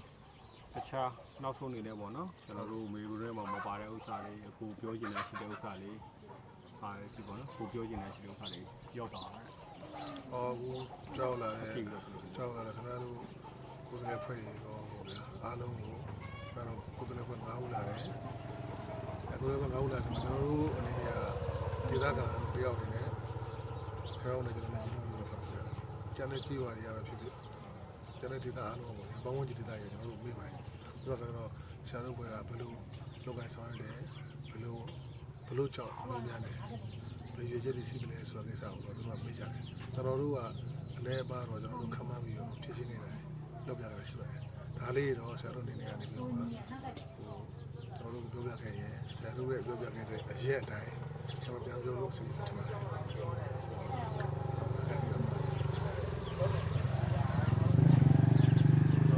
ဒီကမှာပြီးပြောချင်တာရှိတယ်တခြားမျိုးတွေပေါ့လေကျွန်တော်တို့မေးခွန်းထဲမှာပါခဲ့တဲ့တခြားပြောချင်တဲ့ကိစ္စတွေရှိသေးလားရှိတယ်ဟုတ်ပြောချင်တဲ့ကိစ္စအထူးရှိပါဘူး Okay, thank you. Ajutin Bade. ဟုတ်ကဲ့ဟုတ်ကဲ့ His name and နာမည်နဲ့ရွာနာမည်အတိတ်ရချက်တော့နာမည်အတိတ်ရွာနာမည် ကျွန်တော်ကမကွေးတိုင်းဒေသကြီးရန်ကြောင်းမြို့နယ်လူမရှိအမကြီးကအုပ်စုလူမရှိပါဦးတောင်ဆုံးလို့ခေါ်ပါတယ်အသက်က50နဲ့ thank you. ခုနပြောလို့ပဲတို့နှမ်းလို့သူကကြတော့မုခေါင်းတော့အဲ့ဒါတွေကပြက်ကြည့်တယ်ပေါ့ ရှားညာနဲ့စက်တုံပြင်ပါလုပ်ငန်းတွေလုပ်ကိုင်တယ် ကျွန်တော်အဓိကတော့ကျွန်တော်ဒီညာနဲ့ကြက်တော်မဲ့အဓိကထားပြီးတော့ မိသားစုဘယ်နှစ်ယောက်ရှိ မိသားစုကျွန်တော်4ယောက်ရှိတယ် အကုန်လုံးတူတူနေတာ တူသားတစ်ယောက်သမီးတစ်ယောက်တူတူနေတယ်ဟုတ်ပါ just stop and take it ကျွန်တော်တို့မိုးခေါင်တဲ့အခါကျတော့ကျွန်တော်တို့တဘာဝအမှန်ဆိုရင်တော့ကျွန်တော်တို့နှစ်သီးဆိုင်တယ်ဒါမှမဟုတ်မိုးခေါင်တဲ့အခါကျတော့ပထမတစ်သီးအနေနဲ့ကျွန်တော်တို့မဆိုင်နိုင်ဘူးနောက်သီးမှလည်းအစင်ပြေတဲ့နှစ်ရှိတယ်လို့အစင်မပြေတဲ့နှစ်တွေလည်းဒီလိုလည်းရှိခဲ့တယ်အစင်မပြေတဲ့နှစ်တွေကြရင်ခုနပြောလို့ပေါ့တော်တော်လေးဆုံးရှုံးမှုများတယ်အဲ့ဒါကြက်တုံကြတော့လေကြက်တုံကြတော့ကျွန်တော်တို့မနစ်ကကြတော့ကျွန်တော်ရေလွှမ်းသွားတဲ့ခါကျတော့အပင်နေရာကြီးတဲ့လောက်မကြီးပဲနဲ့ပျက်စီးတယ်ကြီးတဲ့လောက်မကြီးတော့ထွက်တဲ့လောက်မထွက်ဘူးအဲ့တော့ကုန်းချင်းကြီးရော့ပြီးတော့ကျွန်တော်တို့မှာအဲ့လိုခံစားမှုတွေရှိပါတယ် အဲ့တော့ရေကောင်းရတာ9နှစ်တွင်းမှာဘယ်နှစ်ကြိမ်လောက်ခံစားရလဲမသိဘူး 9နှစ်အတွင်းမှာကျွန်တော်2ကြိမ်တော့အနည်းဆုံးရှိမယ် အဲ့တော့မိုးခေါင်တော့နှစ်သီးကနေနှမ်းဆိုင်လို့မရတဲ့နှစ်ကဘယ်လောက်ကြာပြီးတော့ ကျွန်တော်နှမ်းဆိုင်လို့မရတာဆိုရင်များသောအားဖြင့်တော့ကျွန်တော်ဒီမိုးလေမိုးနှောင်းကျွန်တော်တို့တော့ရှိတာဟိုအဲ့မိုးဥမှာမိုးခေါင်ရေရှားဖြစ်တဲ့အတွက်ကျွန်တော်အဲ့နှမ်းနေပါတယ်ဆိုမဆက်ရတာကိုနှစ်ပေါင်းကြားနေပြီ ဘယ်လောက်ကြာပြီးနှစ်ပေါင်းလဲ ကျွန်တော်ဆိုရင်10နှစ်လောက်ကိုရှိပြီအဲ့လုတ်ပြီးတော့နောက်ပိုင်းဆုံးသင်မပြေတော့မလုတ်တော့ပဲဆက်ပြီးတော့မလုတ်တော့ဘူးပေါ့လေအဲ့မိုးခေါင်တဲ့အတွက်ကကျွန်တော်အဲ့ဒါလိုရှိခဲ့တယ် ဒီလိုနှမ်းမဖြစ်ပေမဲ့ရောမြေပဲရောဖြစ်တာ မြေပဲကြတော့အသင့်တယ်မစိုးဘူးပေါ့ ပျက်စီးတဲ့နှစ်တွေရောရှိလား အပြည့်စီးတဲ့နှစ်တော့ရှိတာပဲရှိတာတော့ခုနပြောလို့ပေါ့ကျွန်တော်တို့ကဘယ်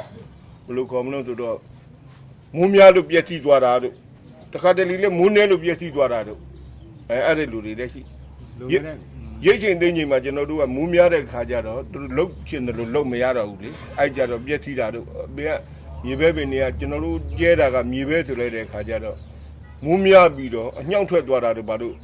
အဲ့ဒီလိုဖြစ်သွားတဲ့ခါကျတော့အဲ့လိုကြတော့လည်းပြည့်စည်တယ်နွားစာအနေနဲ့လည်းပြည့်စည်တယ်လူစားမြေပဲအနေနဲ့လည်းကျွန်တော်အဲ့လိုပြည့်စည်တယ် ဒီလိုမြေပဲ9နှစ်တွင်းမှာလေဘယ်နှစ်လောက်ပျက်စီးခဲ့ဘူးလဲ အဲ့ဒါတော့ခုနပြောလို့တော့2ကြိမ်လောက်တော့ဖြစ်ဘူးပါတယ် အဲ့တော့အဲ့လိုဘာဖြစ်လို့အဲ့လိုမျိုးမိုးခေါင်ရတယ်လေမိုးမမှန်လို့ထင်တယ်ရာဒီဝတ္ထုဘာဖြစ်လို့ဖြစ်လဲလို့ထင်တယ် မိုးမမှန်မှုဆိုကျွန်တော်တို့ကတော့အမြင်တော့ခုနပြောလို့ပေါ့လေ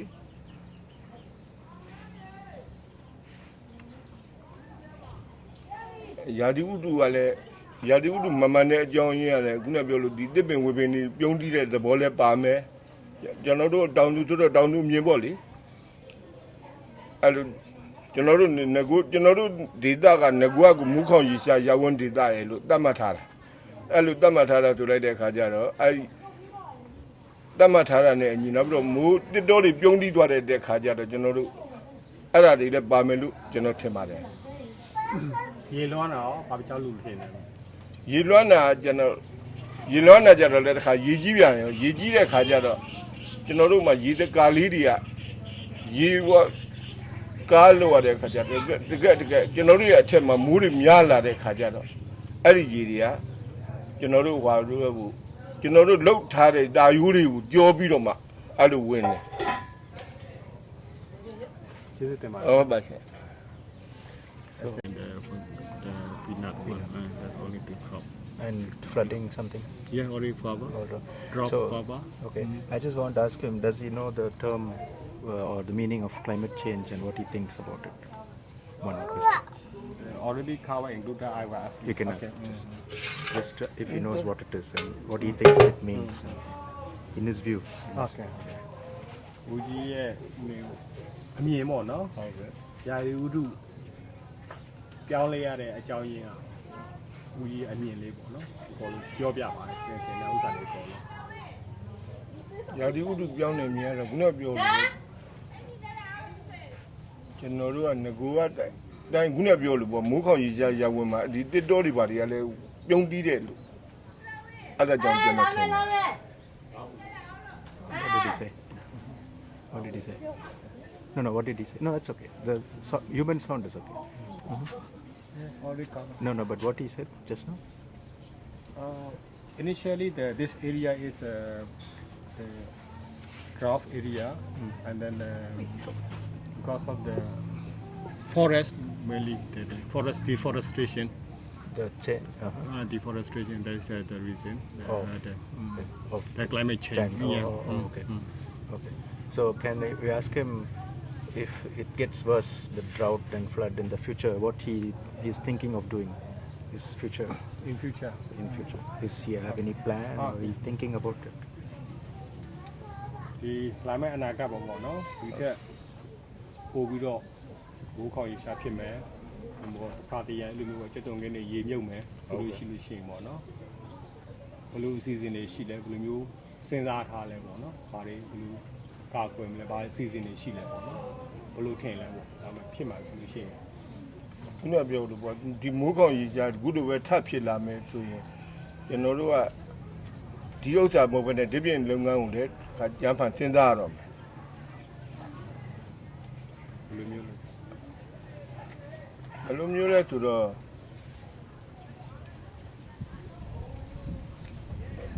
ရာသီဥတုတန်ခံ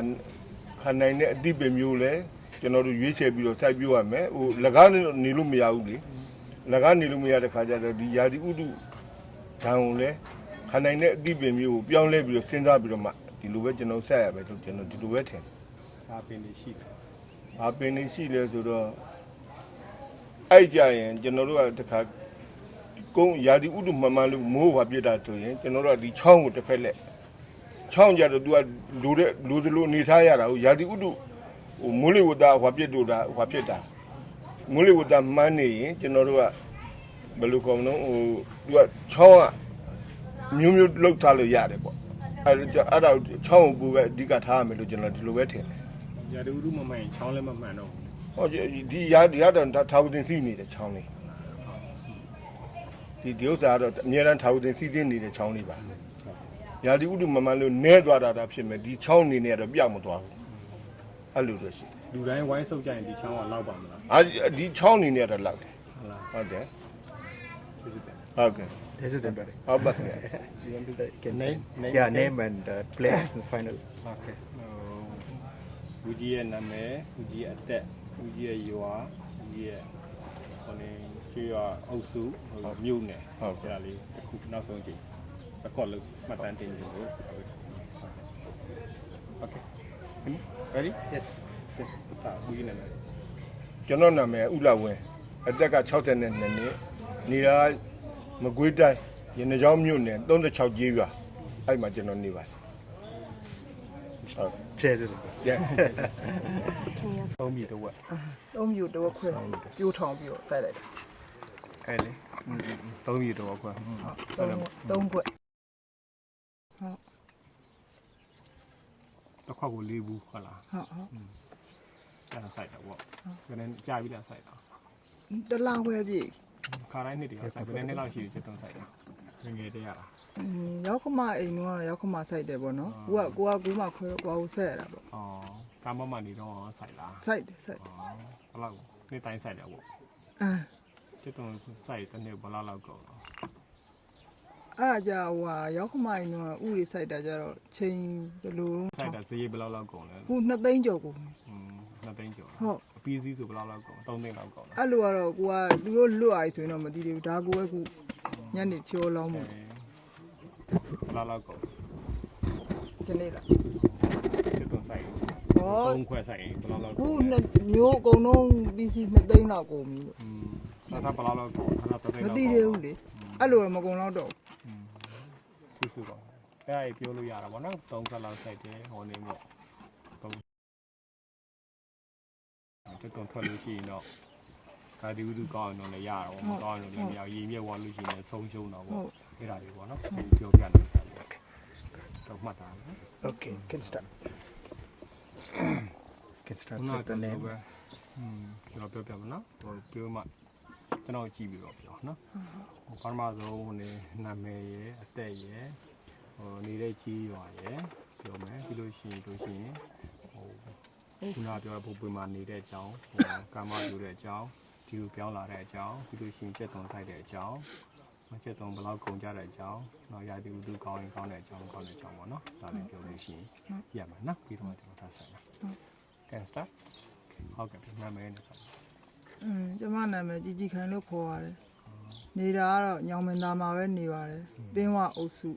ဒီနေ့ကျောင်းမြို့ပါကျမကျက်သွန်လောက်တာ3ခွက်ထောင်လောက်စိုက်ပါတယ်2သိန်းကျော်လောက်တော့ကုန်ပါပြီ2သိန်းကျော်လောက်တော့ကုန်ပါပြီလွန်ခဲ့တဲ့ကဘာဟို9နှစ်ကျော်လောက်ကနေဟိုဖြစ်လို့ဒီဘက်ရွှေ့လာတယ်ပေါ့နော်ဒီလိုပဲပြုပြင်နေရတာအရင်ဒီပုံစံကြီးမဟုတ်ဘူးဒီလိုနေဖြစ်အောင်ပြုပြင်ရတာပေါ့ကျမတို့နေရအဲ့လိုပါ You can talk of the erosion. How many years ago it happened? Did she move here or she already was here? She moved here. Okay, then she can talk of that. She finished just 5 years because of bank operation. She moved here. Oh, she said that. The situation now like that. She had to prepare and stay. Did she tell the number of years that it happened? Then Yeah, 5 years. she finished all that. Yeah. Okay. And then can she talk about her livelihood? I live with What she does for living? for living is for her to say for onion. And she finished. Finished already? Yeah. Okay. Onion and then the onion cost that damage ရေကြီးတဲ့အကြောင်းပြောပါမယ်။ရေကျတော့ပျက်စီးခဲ့လား ပျက်စီးတယ် ။ဘယ်နှစ်ပျက်စီးခဲ့တော့ အဲ့ဒါတော့ဟွာလောက်ပေါ့ဟိုဒီကဘာမြစ်ဟွာဖြစ်ချိန်ဆိုရင်ဟွာဖြစ်သွားပါတော့မိုးဘလို့မိုးဟွာဖြစ်လိုက်စိုက်ပြီးလိုက်ရင်လေမိုးအုံလိုက်အဲ့လိုမိုးဟွာဖြစ်လိုက်ဆိုတော့ဒီဝဲပြုတ်ပြင်ရတာပေါ့ ဘယ်နှစ်လောက်ပျက်စီးခဲ့လဲလွန်ခဲ့တဲ့3နှစ်ဆိုရင် ကျတော့ပျက်စီးတဲ့နှစ်ရှိလား ကျက်တုံကဒီလိုပဲပြုတ်ပြင်တော့ကြတော့မပျက်စီးဘူးဈေးနာကြမရဘူးပေါ့အဲ့လိုပဲဆုံးရှုံးတာပေါ့ဈေးနာမရကိုလုတ်တဲ့ဥစ္စာကိုအရင်ရှုံးတာပေါ့အဲ့လို ရေမြုပ်တာ ရေကတော့မမြုပ်ဘူး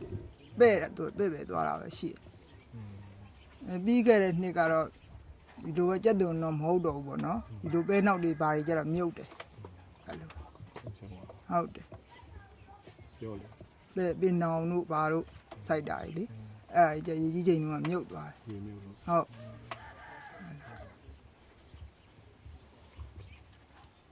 Now she's farming in the same place. And now no problem with the flooding. No problem with erosion now. အခုရေမြုပ်တဲ့အရင်တော့ရေမြုပ်တဲ့ဥစ္စာပေါ့နော်ဒီကမ်းပါးပြူကိုပဲ့သွားတာဥစ္စာဟိုအစားတော့ဘယ်နေကားလောက်ရှိလဲအခုဘယ်လောက်တော့ရော့သွားလဲပေါ့နော်ရော့သွားတာပေါ့နော်စိုက်ပျိုးမြေရော့သွားတာဟုတ်လား ဟုတ် လွန်ခဲ့တဲ့9နှစ်ကဘယ်လောက်ရှိလဲအခုဆိုဘယ်လောက်ပဲကျန်တော့လဲအဲ့ဒါလေးတွေသိချင်တယ် 9 ခုကတော့ဟိုဟာအဲ့လိုဧကကြမပြောတတ်ဘူး ဟုတ်ကဲ့ပြောပါ တေးသေးပဲ ပြောချင်တယ်လို့ပြော တေးသေးပဲရှိတယ် ဟုတ်မဟုတ်ပြောချင်တယ်လို့ပြောဘယ်နှခွဲဆိုင်လဲအခုဘယ်နှခွဲဆိုင်လို့ရတယ် အဲ့လိုယာကွက်လို့မပြောတတ်ဘူးဟွာပါလဲကြက်သွန်အချိန်100ရင်100 200နေရအဲ့လိုစိုက်တာပဲရှိတယ်အဲ့လိုပဲရှိတယ်အဲ့ဒါလေးပေါ့ ဟိုနေကမ်းပါပြူလို့မလျော့ပါဘူးကြီး ရော့တယ်ရော့ ဘ တယ် ယ်လောက်လျော့သွားလဲ ဒီလိုတေးသေးလေးတော့3ပိုင်းရော့သွားပါနော်အဲ့တုန်းကကျတော့ဟိုကလေးပဲစိုက်တယ်ကြက်သွန်စိုက်တယ်ပေါ့အဲ့လိုပဲ့သွားကြတော့3ပိုင်းတော့ပဲ့သွား ဘယ်နှစ်လောက်ရှာလဲ 6နှစ်လောက်ရှိပြီအဲ့လိုပဲ့တာအဲ့ဒါ ကိုယ်ကလည်းပဲမဆိုင်ရတော့ဘူး ဆိုင်ရတော့ဘူးတော့မြင်နုမှာလူကိုစိုက်ကြလို့ကိုယ့်ကိုဖွင့်နေကိုလေတဲ့10အိမ်ကောင်း10အိမ်ကောင်း So can she tell, she moved here 3 years ago, right? 5 years 5 years ago. When they moved, they were seeing the erosion happening every day, or they decided that they are where in the old village. Every day it was happening. ဟိုခုရွှေ့လာပြီးတော့လေဘက်ကမ်းပါပြူတော့နှစ်စဉ်ဖြစ်နေတာပါလားတဲ့ ဩအဲ့ကမ်းမနောက်ပြိုးပြီးတော့မပြိုတော့ဘူးလေအခုအဲ့ ဆက်တိုက်ပြူလာ မပြိုတော့ဘူးမြစ်တာထဲမှာအခုကျတော့စိုက်ကြတယ်မြင်နုပေါ့နော်အဲ့လိုပေါ့မပြိုတော့ဘူးနောက်ထပ် အခုဒီဘက်နားမှာဆက်ပြူနေတာမဟုတ်ဘူးလား မပြိုတော့ဘူး နှစ်စဉ်မပြူဘူးလားလည်း မပြိုတော့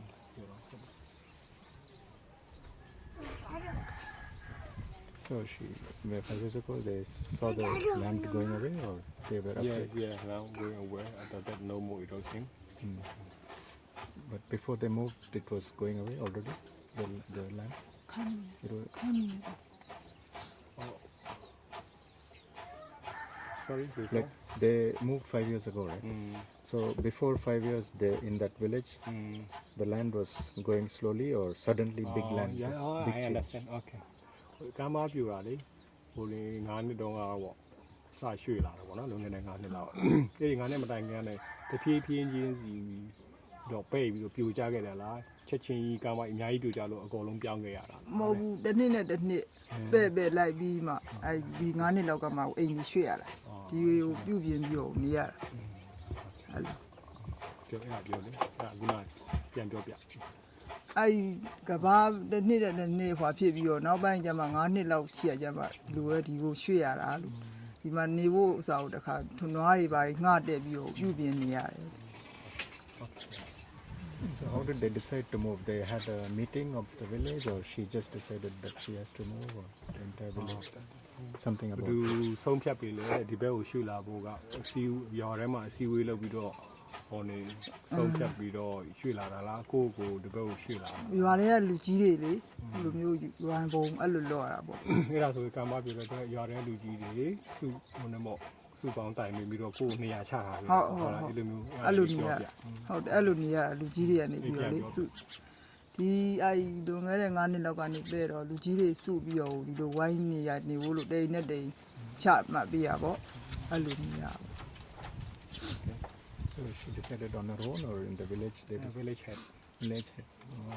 And when they came here, they have to negotiate, or they can come, no problem, negotiate to move here. negotiate with who I don't know. no I think I just unlock location ဒီလိုလာဖို့ဒီရောက်ဖို့อ่ะဟိုနေပတ်စံနေပါလေပေးရတာဟိုနေတိုင်နေဟိုနေမို့ညှိနှိုင်းရတာလားဒီနေရာရဖို့ဟိုနေရာယူဖို့အဲ့လိုမျိုးမဲနိုင်ပြီးတော့ပို့ကြရကိုနေရတာလားဘယ်လိုပြောဒီလို အဲ့လိုမျိုးဒီဝါ4000ဆိုလား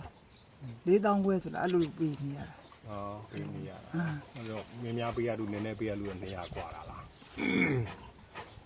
အဲ့လိုပဲပေါ့နေရာကျဲကျဲသလိုပေါ့အဲ့လို ဘယ်သူပေးရတာလဲ ဒီရွာကိုစုပြီးတော့ရွာဘုံလောက်တာလေ အော်ရွာပုံလောက်တာ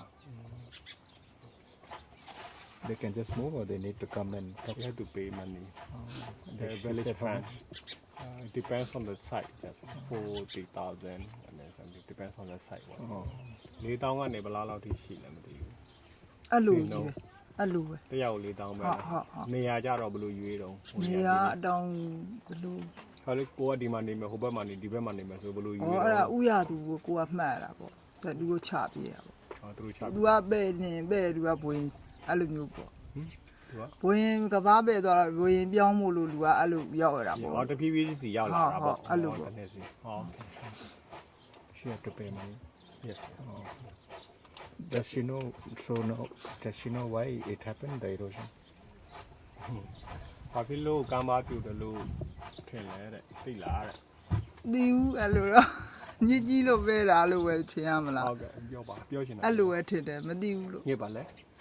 ရေကြီးလို့ပဲရတယ်လို့ပဲထင်တယ်လို့ ဟုတ်ကဲ့ She does not. she don't know exactly but she think that because of the flood there's the erosion or maybe And can she tell about the flood? Every year is it worse or less or normal? သူရေကြီးတာလေကမ်းပါပြူတာလေနှစ်စင်တဲ့တိုင်းဟိုဖြစ်များလာတာလားအဖြစ်နည်းလာတာလားဆိုတာဟို မများဘူးဟိုဒီနှစ်တော့ဗါတဲ့ဝါထက်လို့ရေကြီးရဲ့တဲ့နှစ်တိုင်းတော့မမြင်ဘူး She is normal flood or every day getting worse? normal Normal. Okay, I don't have anything more, so I can. Okay. About she has peanut and onion. no peanut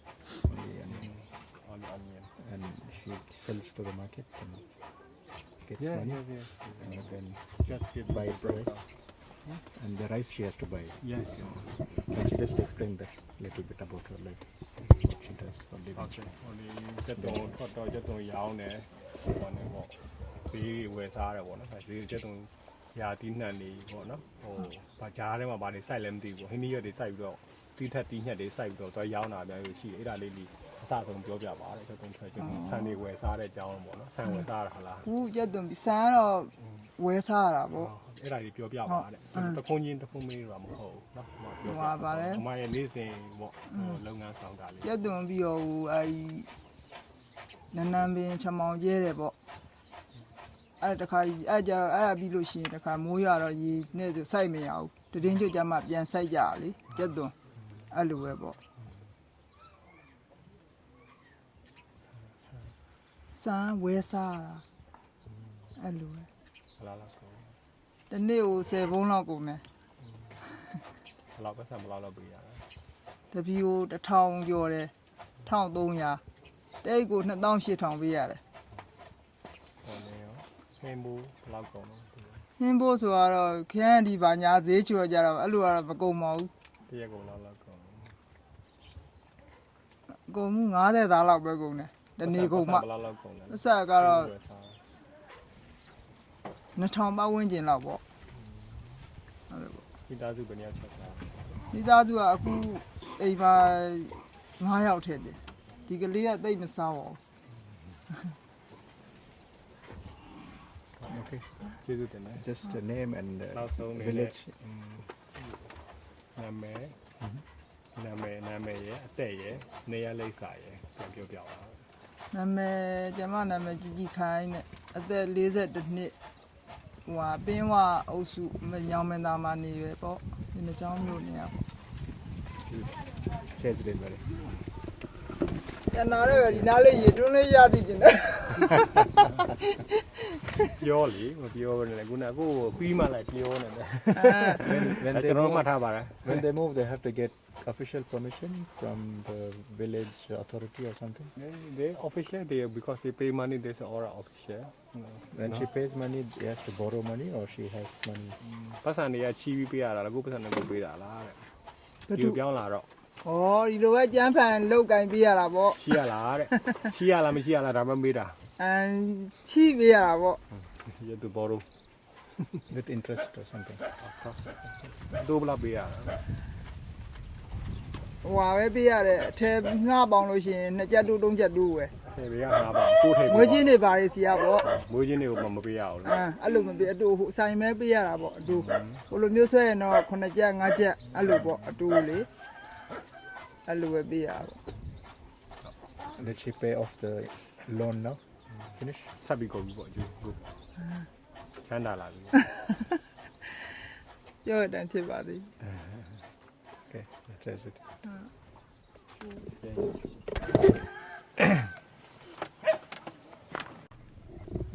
Okay, so we can ask the mother, and after she finished, we can ask the daughter. Yeah? Am I in the way of the camera? No. ဟို နာမည်ဘယ်လိုခေါ်လဲပေါ့နော်ပါထမဆုံးနောက်ပြီးတော့အသက်ဘယ်လောက်ရှိပြီလဲဘေးရောမှာနေလဲအရင်ပြောပြ ဟုတ်ကဲ့ပါဟုတ်ကဲ့မမြင်ထွေးတဲ့နာမည်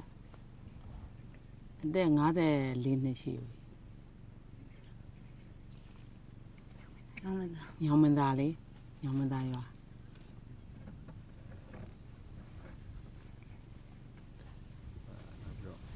ဘာလောက်ကင်စားတောင်း ဒီလိုပဲလောက်ကင်စားတာတော့နွမ်းပါတယ်ဒီလိုလက်လုံလက်စားပေါ့ ကျွတ်သွန်ဆိုင်တော့ ဒီရက်သွန်လေးတော့စိုက်တာပေါ့ နောက်ပါဆိုင်တယ် နောက်ဘာမှစိုက်ဘူးဒီရက်သွန်လေးပဲဒါလေးပဲလှုပ်စားနေတာအိမ်ရောကြီးတွေပါလေကြီးတဲ့ထဲမှာဒီလား ရေကြီးဟိုကဘာပြိုလို့မလို့အရှိရွှေ့ရတာလေ ဘယ်လောက်ချာတယ် ဟိုဟာလောက်ပေါ့4နှစ်လောက်ရှိပြီ4နှစ်5နှစ်လောက်ပေါ့အဲ့မှာကဘာပြိုလို့ရွှေ့ရတာအဲ့မှာတော်တော်ပြည့်စည်ခဲ့တယ်နုံးပါခဲ့တယ် ဟောကျတော့ရွှေတော့ဟိုကိုရွှေတာလားရွာရွှေပြီ ရွာတော့ပေါ့ဝိုင်းဝင်ကူညီရွှေ့ကြရတာပေါ့လဲလာပါအောင်ဒီလဲလာပါအောင်နဲ့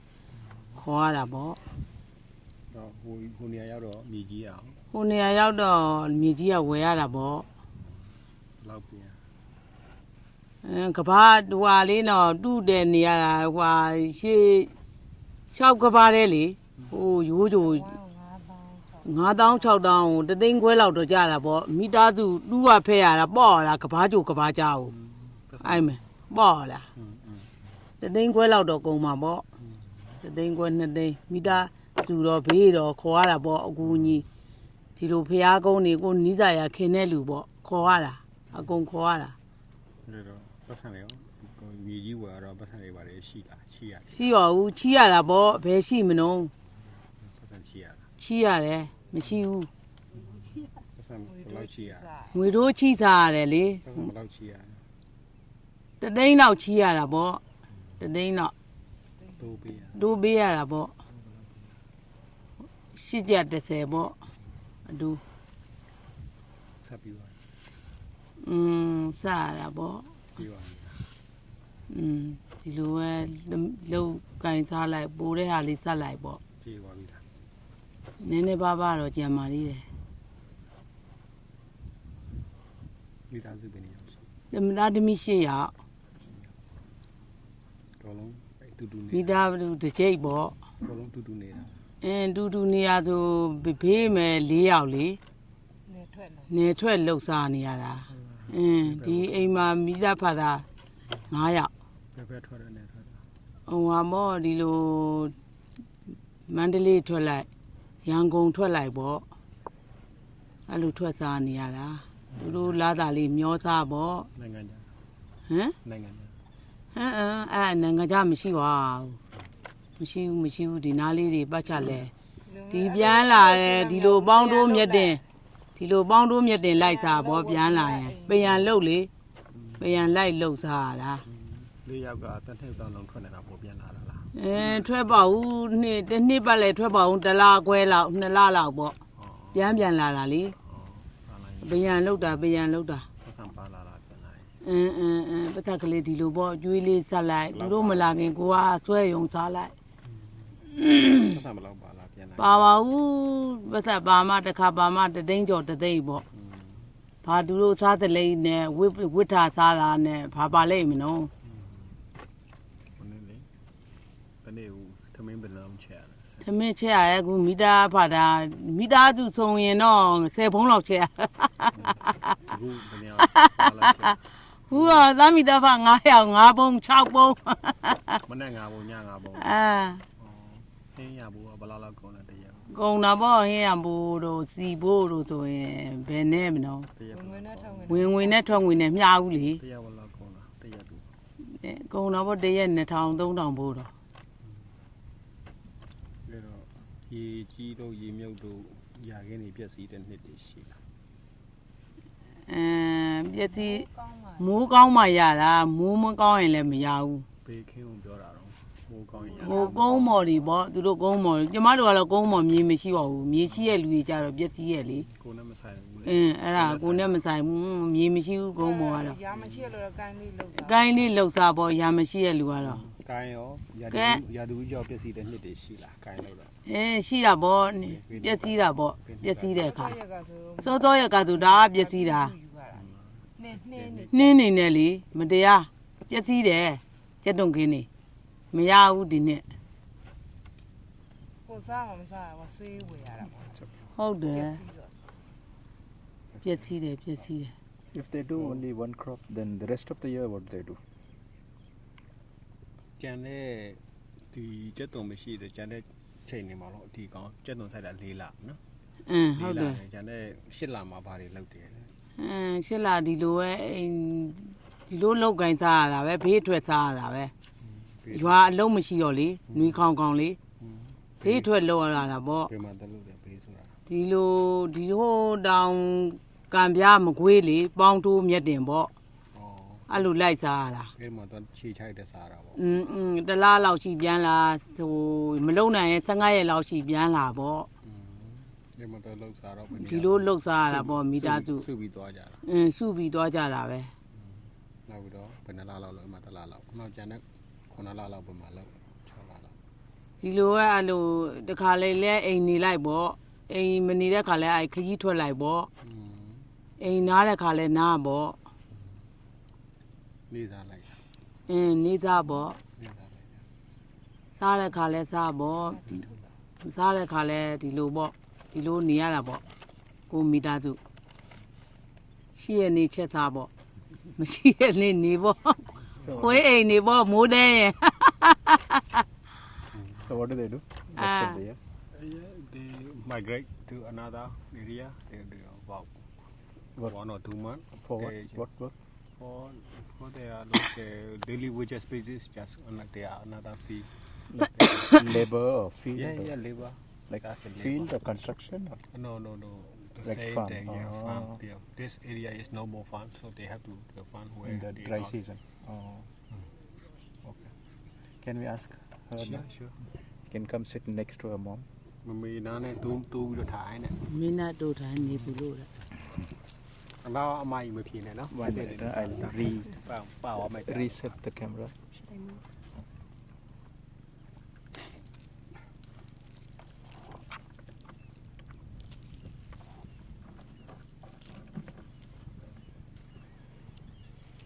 Okay, sure. For her, you can ask about if she's studying and if she finds the work interesting and what she wants to do in the future, something like that. Because she's young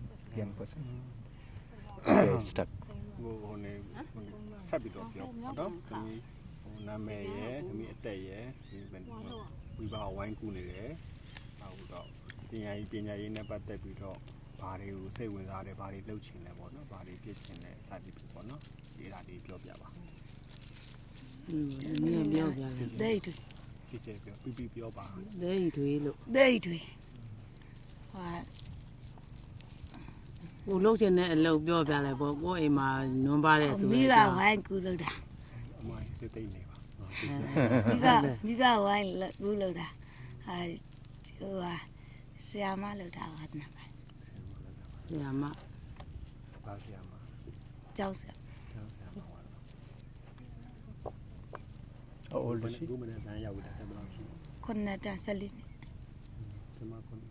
နှစ်တန်းမှာအဲ့ဒီကြည့်ပြောလိကျွန်တော်ပြောတယ် သူဓာတဲ့ဟိုကပြောမှာကြည့်ပြ ကျမခုနှစ်တန်းမှာ14နှစ် And what is how old is she and what is she studying? She studied in grade 8 only 14-year-old she interested to be a teacher school teacher So she will continue to study and become a teacher? You can future ask. is unsure Yeah, I can ask. ဒီမှာလေးကဟိုနေပေါ့ဘယ်လိုပဲပညာကိုဆက်တင်ပြီးတော့ဆရာမဖြစ်အောင်လုပ်မယ်လို့ဟိုနေခံယူထားလားတဲ့ ဟုတ် ပြောပါ ဟုတ် အစဆုံးပြောလေ Pure. Pure တယ် dad. ကဆရာမဖြစ်အောင်လုပ်မှာလို့ ကျမဆရာမဖြစ်အောင်လုပ်မှာခံချက်ရှိတယ် Why she wants to be teacher, not farmer? ဘာဖြစ်လို့ဆရာမလုပ်ဘာဖြစ်လို့တုံတူလဲဓမ္မမလုပ်တာလဲ ဟိုကနေပူတဲ့လောမှာကြ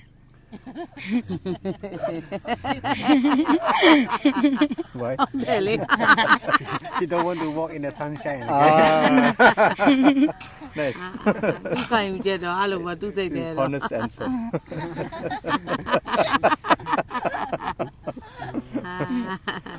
But teller teaching is also very difficult. Yeah. Can tell her. စာတင်တာလဲလိုလဲလို့မဟုတ်အရန်ခက်တာတဲ့ပြဿနာတွေအများကြီးပဲဆရာမကြီး စတဲ့နာဝါဒနာပါလာကြဘလောက်ခက်လုံးနေ because of the hobby this is whatever is the difficulty comes she can overcome very easily she said. What is the hobby? The teaching. Oh. I see. Okay. Okay, Tejutin Bade. ကျေးဇူးတင်ပါတယ် Can you ask the mother if she knows about the term climate change or what it means? I don't think so. Don't think so, but let's ask anyway. 1 second, I'll refocus. Okay, start. ရာဒီဥတုတွေပြောင်းနေတာပေါ့နော်ပူနေအရန်ပူတယ်ချမ်းတယ်အရန်ချမ်းတယ်ပေါ့နော်ဟိုလည်းခေါင်းတယ်ရေတွေကြီးတွေဖြစ်နေတာပေါ့နော်တိတယ်ဘာဖြစ်လို့ဖြစ်လဲဆိုတာကိုတိတလောက်ပြောပြပါ ဟုတ်တယ်ရာဒီဥတုကတော့အပြောင်းအလဲရတော့ဒီလိုနှင်းကားတွေကြာတာလေနှင်းကားတွေကြာတော့ကြက်တုံခင်းတွေဟွာပြုတ်တယ်ဒီကုန်းမော်စိုက်တာတွေကဆုံးရှုံးတယ်ကိုင်းနေတွေကလေဆုံးရှုံးတယ်ရာဒီဥတုကမမှန်ဘူးချမ်းလာလိုက်နေ့လေချမ်းကျင်တယ်ချမ်းတာမမှန်ဘူးရာဒီကညလေခုတဘိုးတွဲခုဝါထတာလေဒါဆိုရင်တပေါင်းလာလို့ခေါ်တယ်ကျမတို့ဒီကဝါထတာဒီနေ့အဲ့ဒါရာဒီကမမှန်ပဲဖြစ်နေတာချမ်းတဲ့ခံလဲအပူအေးမမျှတာပေါ့တလိမ့်ဆန်နေတောင်ပဲဆုံရှုံးတယ်ဒီကြပြောက်ကြတာအဲ့ရာဒီမမှန်လို့ ဒီနှစ်က ခုဒီနှစ်ပဲနွားတွေခွာနာရှာနာကိုင်းတာဒီကြပြောက်ကြတာစိတ်တွေလည်းသေရှုံးတယ်စိတ်တွေတော့ကြက်တွေတောင်ပဲသေတယ်ဒီအပူအေးမမျှတဲ့ဓာတ်ဝါပြုတ်လာ ဘာဖြစ်လို့ရာဒီဥတုအပူအေးမမျှဘူးလို့ပြောထင်လဲတဲ့ဘာဖြစ်လို့လဲတဲ့ ဒီနှင်းကားကြတာလေဒီနှင်း ဘာဖြစ်လို့သင်္ကားကြလဲ ညီညီနှင်းကားကြအပူအေးမမျှလို့ပေါ့ ဘာဖြစ်လို့အပူအေးမမျှတာလဲ အဲ့ဒါဝါပြုတ်ပြီးတော့ကြာနေတာပဲရာတီကမမှန်လူတွေကဟိုတဲ့လိုပဲလောက်ကင်စားရတာမလွယ်ဘူးလေလောက်ကင်စားရတာဒီရေလောင်းသွားတာတောင်မဲ့ခါတလေအစိုးကြီးသွားကြရတာ ဒီဘာဖြစ်လို့ရာဒီဥတုမမှန်ဘူးလို့ထင်လဲတဲ့ဘာကြောက်လို့အကြောင်းရင်းဘာကြောက်လို့ထင်လို့ရာဒီဥတုမမှန်တဲ့အကြောင်းရင်း ရာဒီဥတုမမှန်ရတဲ့ကြောင်းတော့ဟွာပေါ့ဒီမိုးလေဝသကလည်းမမှန်ဘူးလေ မိုးလေဝသနဲ့ရာဒီဥတုကအတူတူပဲလေမိုးလေဝသမမှန်တာဘာဖြစ်လို့လဲတဲ့ပြောတဲ့ရာဒီဥတုကြောက်လို့တော့မပြောနဲ့ ရာဒီဥတုမမှန်တာတဲ့ဘာကြောင့်တော့မသိဘူးလူတွေမကောင်းလို့လားမသိဘူး ဘာဖြစ်လို့ထင်လဲ ဟာပြောပါဘာဖြစ်လို့ထင်လဲ ကိုကတော့ကောင်းအောင်နေတာပဲ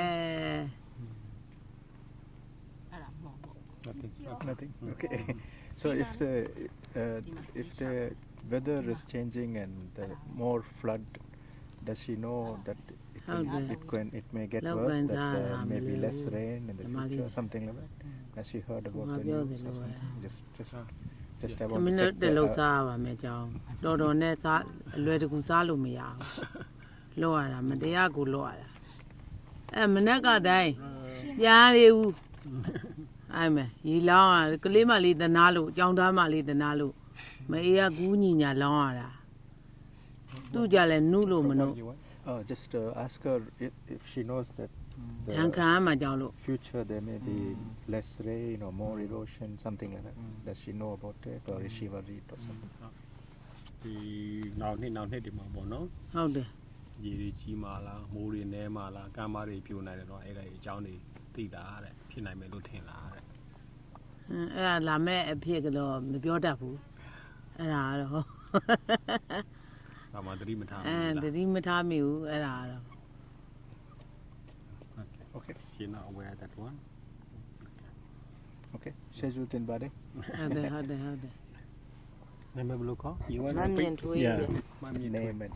မမြင့်ထွေးတဲ့ Name and ညောင်ပင်သားတဲ့ ကြည်ကြည်လေးပြော ညောင်ပင်သားတဲ့မမြင့်ထွေးတဲ့ and the name of the village also. Finish. Okay, thank you. Say something. တန်ဆန်းညီလို့တဲ့အခုနာမည်ဘယ်လိုလုပ်ခေါ်လဲ ။အော်အမျိုးညွန့်ပါ ဒီရွာမှာနေတာ ။36ကပါ တက်ဘယ်လောက်ရှိပြီတော့ ။တက်က60ပြည့်သွား ဒီပါရာလောက်လား ။ဟုတ်ကဲ့ရလဲလို့တယ်ခင်ဗျ ဟုတ်လားရာဝင်နေကလောက်တော့ ။ရာ10ကတော့10ကတော့ဟုတ်ကဲ့ ဒီရောကြက်တုံရော ။ကျက်တုံကတော့ကျွန်တော်တို့ပြည်တော်နဲ့ဆို3ပြည်ကြလောက်ပေါ့ပြည်စီ3ပြည်ကြလောက် သားသမီးဝင်နေရရှိတယ် ။ဒါသမီး10ယောက်ရှိတယ်ခင်ဗျ ဟုတ်လား ။ဟုတ်ကဲ့ โอเคโอเค Yeah, okay. Okay, you can. တတ်နော်ပရမဆုံးဟိုနေဦးကြီးနာမည်ရယ်ဦးကြီးရဲ့အသက်ရယ်ဦးကြီးနေတဲ့ကျေးရွာရယ်ကျေးရွာအုပ်စုရယ်ကိုအရင်မိတ်ဆက်ပေးပါ ။ဟုတ်ကဲ့။ကျွန်တော်နာမည်အုံမျိုးညွန့်ပါ။ကျွန်တော်အသက်က60ပြည့်ပါပြီ။60ပြည့်ဒါပေမဲ့ကျွန်တော်36ရွာမှာနေတော့36ကြေးရွာအုပ်စုကျွန်တော်ချောင်းမြို့ပေါ့ ဦးကြီးပါလောက်ကင်စားတော့တယ် ။ရာပါပဲတောင်းသူပါပဲ။ရာလောက်တယ်ချောင်းလောက်တယ်ပေါ့။ချောင်းကျက်တယ်လောက်တယ်ပေါ့ အဲ့တော့ရာဝင်နေကရှိတယ် ။ရာ10ကတာလောက်ရှိပါတယ် ပါလေစိုက် ။ဒီပဲစိုက်ပါ တတိပဲစိုက်တာ ဒီပဲတတိပါပဲ နှမ်းရော နားမစိုက်ဘူးခင်ဗျ ဖိုက်လို့မရဘူး ပြက်တာများလို့မစိုက်တော့တာမိုးလေလာခေါင်းလို့ခေါင်းမလို့ ကောင်းပါလို့ကျက်တုံရောလောက်စိုက် တက်တုံပြိုးစီ3ပြည်ချလောက်တော့စိုက်ပါတယ် သုံးပြီကြားဆိုတော့အချိန်ဘယ်လောက်ရ အချိန်ကောင်းရင်တော့ကောင်းတယ်လို့ပို့သူကတော့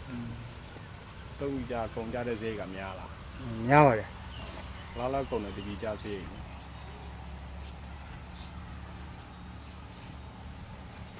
်ချဝဲတာဒီဆရာလဲဝမ်းတော့ကိုကဟိုဆရာလဲအရင်တစ်ခါကျွန်တော်ပြောပါပဲဘာမှလည်းတဲ့ခေါ်ပြီးတော့မဟုတ်တော့ဒီစတိကြတော့မဟုတ်ဘူးလေသူကလည်း5-6သိန်းတော့ကုန်မယ်ထင်ပါတယ်အောက်ထက် ရေပဲစိုက်တော့ဘယ်နေကစိုက်တော့ ဒီဘဲက9ဧကလုံးမှမြေပဲစိုက်တယ်ခင်ဗျ ရေပဲစိုက်တဲ့ဈေးရောဘယ်လောက်ကုန် အဲ့ဒါတော့ကျွန်တော်တို့ကကိုမျိုးကိုနွားနဲ့ဆိုတော့ဘာမှအဲ့ဒါတော့မတွက်မိဘူးခင်ဗျကိုနွားကိုမျိုးနဲ့ဆိုတော့ဟိုကိုလောရနဲ့ကိုဆိုတော့လေမျိုးကလည်းကိုညာနှစ်ပတ်လဲထားတာဆိုတော့တွက်မိ ရေပဲရောဘယ်လောက်ထွက်လဲ ထွက်ပါတယ်သူလည်းတည်င်းချက်ဟိုဒေကဟိုမလို့တော့200ကျော်လောက်တော့အကုန်လုံးပေါ့လေ200ကျော်လောက်တော့ထွက်မှထင်ပါတယ်ကိုကြီးက10ကလောက်ပဲ200ကျော်လောက်ထွက်မှာ ရာဒီဥတုရောကောင်းပါတဲ့ကံတွေခံစားခဲ့ရလား အခန်းစားခဲ့တယ် ဘယ်နှစ်လောက်ခံစားရတယ်လွန်ခဲ့တဲ့9နှစ်မှာရာဒီဥတု ပြီးခဲ့တဲ့တကယ်ရတာတော့မနစ်ကဒီနှစ်2နှစ်3နှစ်လောက်ပဲရသေးတယ်ခင်ဗျဒီနေ့တွေကတော့လို့တွေအကုန်လုံးများတော့ပြန်တိတ်အဆင်မပြေတာများတယ် ရာအဆင်မပြေတာလား ဟုတ်ကဲ့ရာရောချောင်းကပဲချောင်းကလည်းပြီးခဲ့တဲ့နှစ်ကအထိပြီးခဲ့တဲ့နှစ်ကပဲကျက်သွန်စီလေးနည်းနည်းဟောပြဒါပေမဲ့အရင်နှစ်တွေကခံရတဲ့အကျိုးကျေးဇူးနဲ့တိတ်တကယ်မဆက်လိုက်ဘူးလေပြီးခဲ့တဲ့နှစ်ကအဲဒါကြောင့် လွန်ခဲ့တဲ့9နှစ်တည်းမှာရာဘယ်နှစ်လောက်အောင်မြင်ပြီးတော့ဘယ်နှစ်လောက်ဆုံးရှုံးလဲသိချင်တယ် 3နှစ်လောက်ပဲတကယ်ဟောပြသေးတယ်မနေ့ကနဲ့တမြန်နေ့ကအဲ့လောက်ပဲရသေးတယ်ဒီနေ့ရပေါ့လေ3နှစ်လောက်ပဲတကယ်ရသေးတယ်ပြီးခဲ့တဲ့နှစ်တည်းကတော့များသောအားဖြင့်ကတော့အရှုံးပြတာပဲများတယ် ကျက်တုံရော ကျက်သွန်လည်းရှုံးတာပဲမနေ့ကတော့ကျက်သွန်ဈေးတော့လာပါတယ်လာပြီးတော့ကျွန်တော်တို့ကပြောရရင်တော့ပတ်ဆက်ရှိတဲ့အတန်းစားမဟုတ်တော့တကယ်အကျိုးမခံစားလဲရဘူးကျွန်တော်တို့ကုန်ကာမအသာလင်ကျက်သွန်ဈေးကတက်လာတာဟုတ် ရာဒီဥတုမကောင်းတော့နှမ်းစိုက်လို့မရတာဘာဖြစ်လို့လဲ နန်းဆိုင်လို့မရတာကနန်းက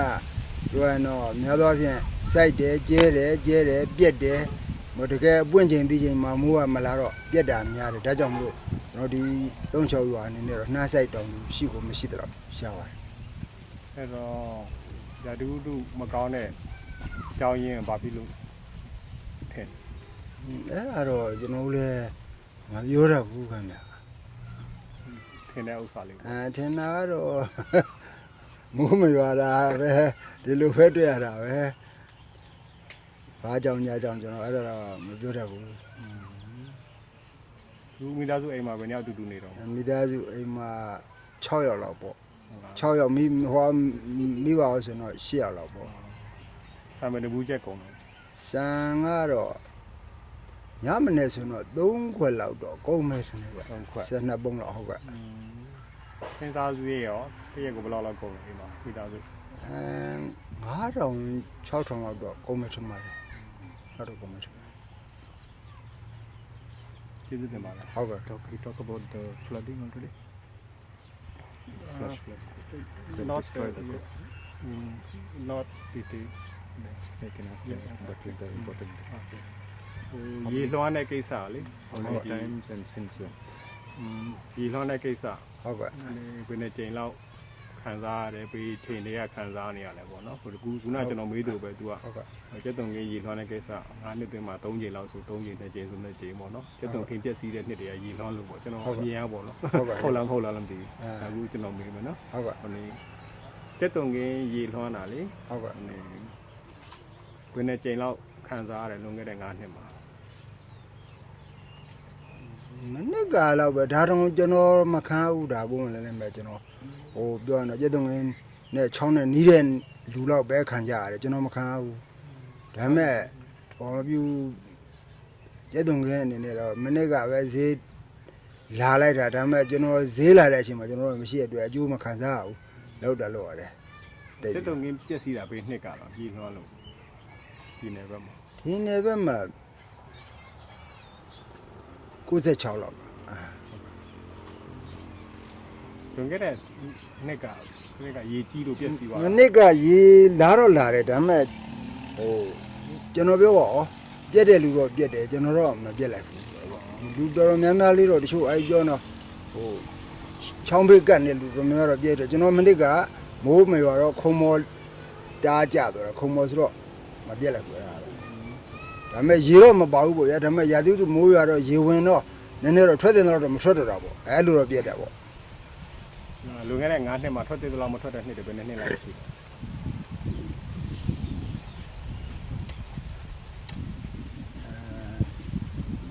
5နှစ်ပိုင်း3န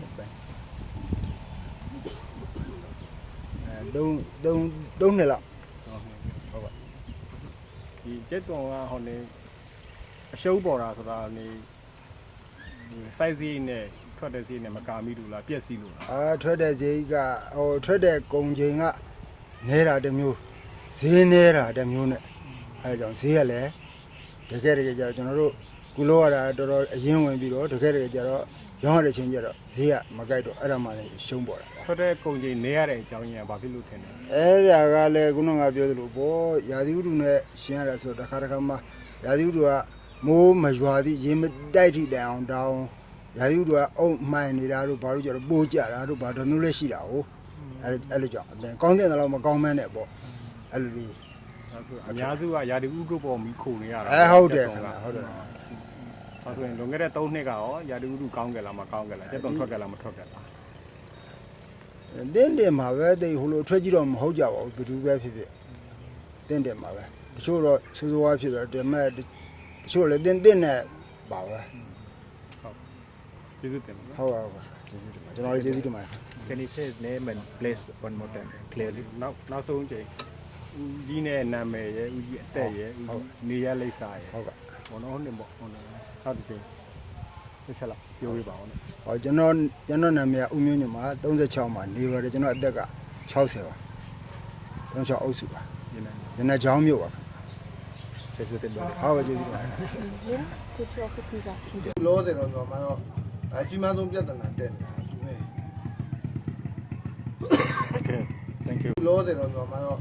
အကြီးမားဆုံးပြဿနာတက်နေတာ Okay, thank you. She can look me Yeah, she can look at you. okay နာမည်ဘယ်လိုခေါ်လဲမသိဘူး နာမည်ထွေးထွေးမှုလို့ခေါ်ပါတယ်မထွေးထွေးမှုလို့ခေါ်တယ် အသက်ဘယ်လောက်ရှိလဲ အသက်30နဲ့9နှစ်ဖြစ်သွားတယ် ဘယ်ရောမနေတာ လူမရှိုးမှနေရ ဘယ်လောက်ကြိုက်လဲမနေတာ လူမရှိုးမှလားစကြတယ်လူမရှိုးမှပဲဟာဖြစ်တာမွေးဖွား Sorry. တော့အောင်မမခတဲ့လူ လွန်ခဲ့တဲ့9နှစ်မှာဘယ်နှချိန်လောက်ရည်မတင်တာလဲ အဲ့တော့ညမမီဘူးဘုံမပြောတတ် ဒီ ဘူး နေ့မနေ့ကတော့ရည်မရဘူး မနေ့ကရေမရဘူး ဒီနေ့ရရတာ ဒီနေ့တော့ရေရ ပြိဿန်တွေတော့အခက်ခဲဖြစ်လာရေးမရ ဒီမရတော့လေးဆန်နေတော့ခက်ဖြစ်တယ်နွားလည်းမရှိလဲလို့လေးဆန်နေခိုင်းမရတဲ့ခါမှာကြတော့ငယ်လေးတော့ညစီဝဲတော့ရတယ်ဝဲတော့ရတယ်အဲ့လိုမျိုး ဝယ်တော့ရင်ဘယ်လောက်ပေးရလဲ ဝဲတော့လို့ရှိရင်ဒါမျိုးတစ်စီဆိုလို့ရှိရင်သူများဟာတာလို့ရှိရင်1500 1000လဲတဲ့တိုင်ရောင်းတာအဲ့လိုမျိုးဝယ်ရပါတယ် ဝါရမီတာဆိုတော့ဝယ်တော့ရရှိတယ်လား ညီမတို့မိသားစုကတော့ပြီးခဲ့တဲ့နှစ်ကတော့ဝဲတော့ခဲ့ရတယ် ဟုတ်လား နွားလေးရငယ်လေးမလို့မောင်းမဖြစ်လို့ဝဲတော့ခဲ့ရတယ်ခုနှစ်တော့လို့မတော့အောင်မတော့တော့ ရေနဲ့ကပတ်သက်တဲ့အခက်ခဲပြီးလို့ရှိရင်ဝယ်တော့လိုက်တော့အဆင်ပြေသွားတာလား ဝဲတော့ရင်တော့ဟာဖက်တာပေါ့အဲ့လိုသွားတိုက်တဲ့လူကတော့ဝေးသွားတဲ့ရတယ်နီးနာမတဲ့ရ So how many trips she makes one day? တရက်မှာဘယ်နှခေါက်လောက်နေလာတယ်လေတဲ့ တရက်ကိုဒီကိုလားတရက်ကိုတစ်ခေါက်ပဲစာအုပ်အင်းအိုးစာအုပ်လည်းငယ်နွားလည်းအိုင်းများကြီးရှိဘူးအင်းစာအုပ်မကြည့်မိသားစုမကြည့်ဘူးအကြောင်းတစ်ခေါက်ပဲမိသားစုများတဲ့လူရတာနှစ်ခေါက်သုံးခေါက်တက်ရတယ်ကျမတို့ကမိသားစုလေး3ယောက်ထဲဆိုတော့အများကြီးမတက်ရ And what does she use the water for? All the can she tell the different things? ဒီဝါတော့ဒီရေကလေဘာအတွက်သုံးတာ ဒီကနွားရည်နဲ့လူရှိုးရည်နဲ့သုံးတယ်နွားကျွေးရလူရည်ရှိုးတယ်အဲ့လိုသုံးတယ်ဟောဆက်တွင်းမကောင်းခင်ကတော့လူလဲတောက်ခဲ့ရပါတယ်ဟာဖြစ်ခဲ့ ဘယ်နှစ်လောက်ရှိပြီလဲဒီရေမတော့ရတာ ဒီရဟွာတော့ဆက်တွင်းကတော့ဓာတ်ချောက်ကောင်းပါ9နှစ်ကလေးဟာဖလို့ခဏလေးပေါ့9နှစ် မတော့ရတာ And is she worried about any health problem because the ဆက် water တွင်း is ကတော့ not ကိုယ် clean? မှကောင်းတာရင်စောစောကမိုးကြကြတဲ့တိုင်ရေအဲ့လိုမျိုးသုံးရတာပေါ့ ဒီမတန်းတဲ့ခါကျတော့ကျမ်းမရေးအတွက်စိုးရိမ်မှုတွေရှိလာတဲ့ အဲ့လိုမျိုးကတော့ရှိရဂျိုးချက်သားရတယ်တဲ့အဲ့လိုပြောရတယ်အဲ့လိုရွာနီးအဲ့လိုဆက်တွင်းနေပါရင်တော့ဓာတ်တိုက်တယ်အဲ့လိုမျိုးကနွားလည်းရှက်လူရနွားလည်းမရှက်လူရတော့ခက်ဖြစ်တာပေါ့မခုံနှံခေါင်းမဲ့သမားကြီးကြတော့ခက်ဖြစ်တယ် Okay, now before she goes, we will go back and film her. Is that okay? Then she can start. Don't start now. What do you mean? We finished the interview, but before she start the cow, I will go back to film. Go back where? Here. At the behind. Yeah. Okay, wait. Don't tell her not to start now. Yeah, okay. I will ask him to start. Ask.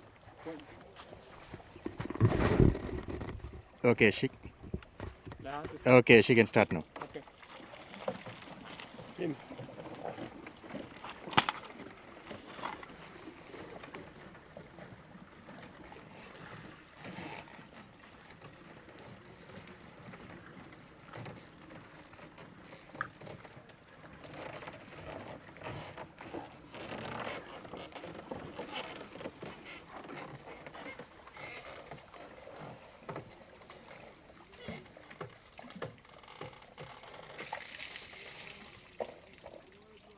ဟိုအစိုးရလည်းမဟုတ်နိုင်ငံရေးလုပ်တဲ့လူတွေလည်းမဟုတ်တက်ဟောနေနေနာမည်ဘယ်လိုခေါ်လဲမသိ နာမည်ဘိုးကြီးတို့ ဘူး ဘိုးကြီး ဘူးတက်ဘယ်လောက်ရှိလဲ 39ချင်းလောက်ရှိ ဟုတ်လားဖေးရောမနေတာ ချင်း ဖေးရောမနေတာ လူမရှိ ဒီရောစားတိပလား ဟုတ်တယ်လူမရှိသားတိ လူရေရှားတာကြာပြီလား ရေးစားကြတယ် ဟုတ်လား ဟုတ်တယ် ဘာလို့ဘာဖြစ်လို့နွားလဲနဲ့လာမခတ်တာ ချင်း နွားလဲနဲ့ဘာလို့လာမခတ်တာတော့လဲ အဲသမီးတို့ကအဲ့လိုနွားလဲအဲ့လိုမရှိ နောက်တနေ့ကဘယ်နှခေါက်လောက်လာခတ် ဘူးဒီနေ့နှစ်ခေါက်သုံးခေါက်လောက် ဟုတ်လား ရှိ အိမ်မှာရေခတ်တဲ့လူဘယ်နှယောက်လောက်ရှိ သမီးတရားတဲ့ဟိုသားသမီး3အောင်ရှိရကလေး3အောင်ပန်လောက်တတ်တယ် ဩ အိမ်သားစာဝတ်သားဖို့ရှာသမီးအင်းအဲ့လိုတမင်ကျက်အဲ့လိုရေခတ်လောက် ဒီတနေ့ကမနေ့ဘယ်နှခေါက်ညဘယ်နှခေါက်လောက်လာခတ်တော့ အဲ့လိုပုံမှန်တော့ပြင်းပြဘူးမတက်ဆိုအလုပ်လုပ်သွားတယ်ညနေလေးမှအဲ့လိုလာကတာနှစ်ခေါက်လောက်ပဲလုပ်ခဲ့ အဲ့ချိုးလို့သုံးဖို့လောက်လား အဲ့ဒါဒါမှခဏနိုင်တော့တင်းလောက်ပဲဒါကြီးမရှူးနိုင် ဒီမှာလာ ခဏနိုင်မှ ဒီမှာလာမချိုးဘူးလားရေ လာရှူအိမ်မဲရှူရ ဟုတ်လားအိမ်တော့မခတ်ဘူး အိမ်နာခတ်တယ် ဟုတ်လားရေရောဝယ်သုံးရတဲ့နှစ်တည်ရှိလား ဝဲသွန်းရ ဟုတ်လားဒီနှစ်တည်းဝယ်သုံးရ ဝဲသွန်းရရေတစီကို800လောက်အဲ့လိုဝဲသွန်းရ1000အဲ့လိုရှိ ဒီနှစ်ဝယ်သုံးပြီးလားရေတွေ ဒီနှစ်တွေဝဲသွန်းရ ဟုတ်လားဝင်တစ်ခါ စောရကဟိုစက်တွင်းမကောင်းတော့ရေတော်ခက်ခဲတောင်ရှိတယ်ဒီနောက်တွေပဲမကောင်းတော့တော့ဒီနောက်တွေပဲကိုရကလေးမဆန်စက်တွင်းလေးကောင်းလာတော့ရေကြီးလေးတော့ ဝယ်သုံးတော့ဘယ်နှစ်ရက်လောက်ဝယ်သုံးလိုက်ရ ဝတ်တော့လည်းတော်တော်ကြာတယ်စက်တွင်းမကောင်းတာတအားကြာကြီး ဘယ်လောက်ကြာ တော်တော်ကြာလာများတယ်ဆရာဘယ်နှလားရှိရလို့လားမပြောတတ်ကြာစက်တွင်းမကောင်းပဲပြန်တယ် ဒါတော့တရက်ကိုရေဘူးဘယ်လောက်ကုန်လဲ ကောင်းတော့ဆရာချွေတာရေးသုံးတာရေတပူကိုတရားဝဲတော့ ပြည်တဲ့ဘူးတောက်တယ် ရေတပူတရားအဲချွေတာပြီးတောက်ဖို့လို့လေးဝဲပြီးအဲရှိုးဖို့လို့တမင်းချက်ဖို့လို့အလိုကန်ရီလေးခရေတပူတရားလာရောင်းတယ်လေကွန်းနဲ့လာလိုက်ရောင်းတယ် အဲ့တော့အိမ်သားဘာလို့ အင်းသားအလိုဒီမှာတော့သိစီပွားမပြေလို့အလိုငါရန်လည်းရှိလှုပ်စားအဲ့လိုလေး မောင်ဘာလို့ အမကျမကတော့ဒီဝက်ကလေးလေးနဲ့ကိုလှုပ်တဲ့များဟာလေးဘဲကောက်ကလေးတော့လှုပ်စား အိမ်သားလောက်တာတရက်ဘယ်လောက်လောက်ရ အင်းသားလှုပ်တဲ့ဒီနေ့ဘယ်လောက်ကျမှန်ဘူးကူရကဘာမှလှုပ်သိမရှိတော့1000မျိုး2000မျိုးလေးရ ဘလားမဘယ်နှစ်ရက်လောက်လောက်ပါ ခုကတော့ဘာသိလို့အောင် ဆန္ဒကဘာရှိဘာလောက် ဘာရှိသမီးတော့ဘာသိရှိဘူးလဲလို့လက်စားလေးဆို တာရမီပဲနေကြောင်း 3ယောက်ရှိ ကြောင်းနေပြီလား ကျောင်းနေ၄တန်းအကြီးဆုံးကောင်မလေး၄တန်းရှိ2ယောက်ကအငယ်လေးရှိတယ်9နှစ်နဲ့2နှစ်ကျော်နေနေရှိ ဒီရေမကောင်းလို့ကျမ်းမရေအခက်ခဲတွေကြုံခဲ့ရသေးလား ကျမကြီးခက်ခဲတော့ဒါညုံညကူကိုရင်တော့မဖြစ်သေးဘူးသူများအိမ်ဒီမှာချော်လဲအန်လိုက်တွေဖြစ်လို့ ဒီနှစ်လား အဲရေကြောင်းဖြစ်တယ်လားဘလုံးအလွေနှစ်ယောက်ရှိရရွာရဲမယ်ကိုဖြစ်လို့ ဟုတ်လားဘယ်လောက်ကြာပြီပြန် အဲရှေ့ပန်းကလေးမလေးတော့တော်တော်စူးရနေသူရဲ့ကောင်းကလေးလေးကနေ့မှသမီးတို့အမေနွားသားဆန်ခိုင်းလို့ဆက်သွားဆန်လာလေသူ့အိမ်မှာတွေ့ခဲ့ရလေအဲလိုချော်လဲအန်လိုက်ဖြစ်တာရွာတယ်မသက်တာလို့ရင်ထဲချောင်းတောက်တာကြီးလှစီမှသွားကူပါပြန်လာကျမတို့ ဒီရေတောက်လို့လား ရေတောက်လို့ပဲလားဘလို့ဖြစ်တော့သူတို့ရင်ကရင်မတော့လာဘူးသူတို့ကချီရလူဆိုငါလဲပါရှိတယ်နော် Her name and village one more time. ဟုတ်ကဲ့ဟောတယ်ညီမနာမည်နဲ့ညီမရဲ့ရွာကိုပြီးပြီးသက်သက်လေးနောက်တစ်ခါအတက်နဲ့ပေါ့နော်ညီမနာမည်ညီမအတက်ရဲ့ညီမရွာနာမည်ပြီးပြီးသက်သက်နောက်တစ်ခါလောက်ပြောပြပါပြောပြပါ ကျမတို့လမချူရမရေခက်ခဲလေးရှိရကြောင်းကျမတို့ရမလိုပဲရေခက်ခဲရှိတော့မချီရလူရတော့လင်နွားလေးနဲ့တောက်ရေတက်ပြီပေါ့မချီရလူရလိုပဲပကုံးနဲ့ကောင်းရက်ကလေးသွားလာရတာပေါ့တချို့ကြတကယ်ကိုမထမ်းနိုင်လို့မသွားနိုင်မလားနဲ့ဒီပဲတောက်ဒီပဲချို့အလိုနေရတယ် ညီမနာမည်လေးတစ်ချက်တော့ပြော ကျမနာမည်လေးကဘိုးရေးလို့ခေါ်တယ် ဘယ်ရွာ လမချူသာဒီပဲ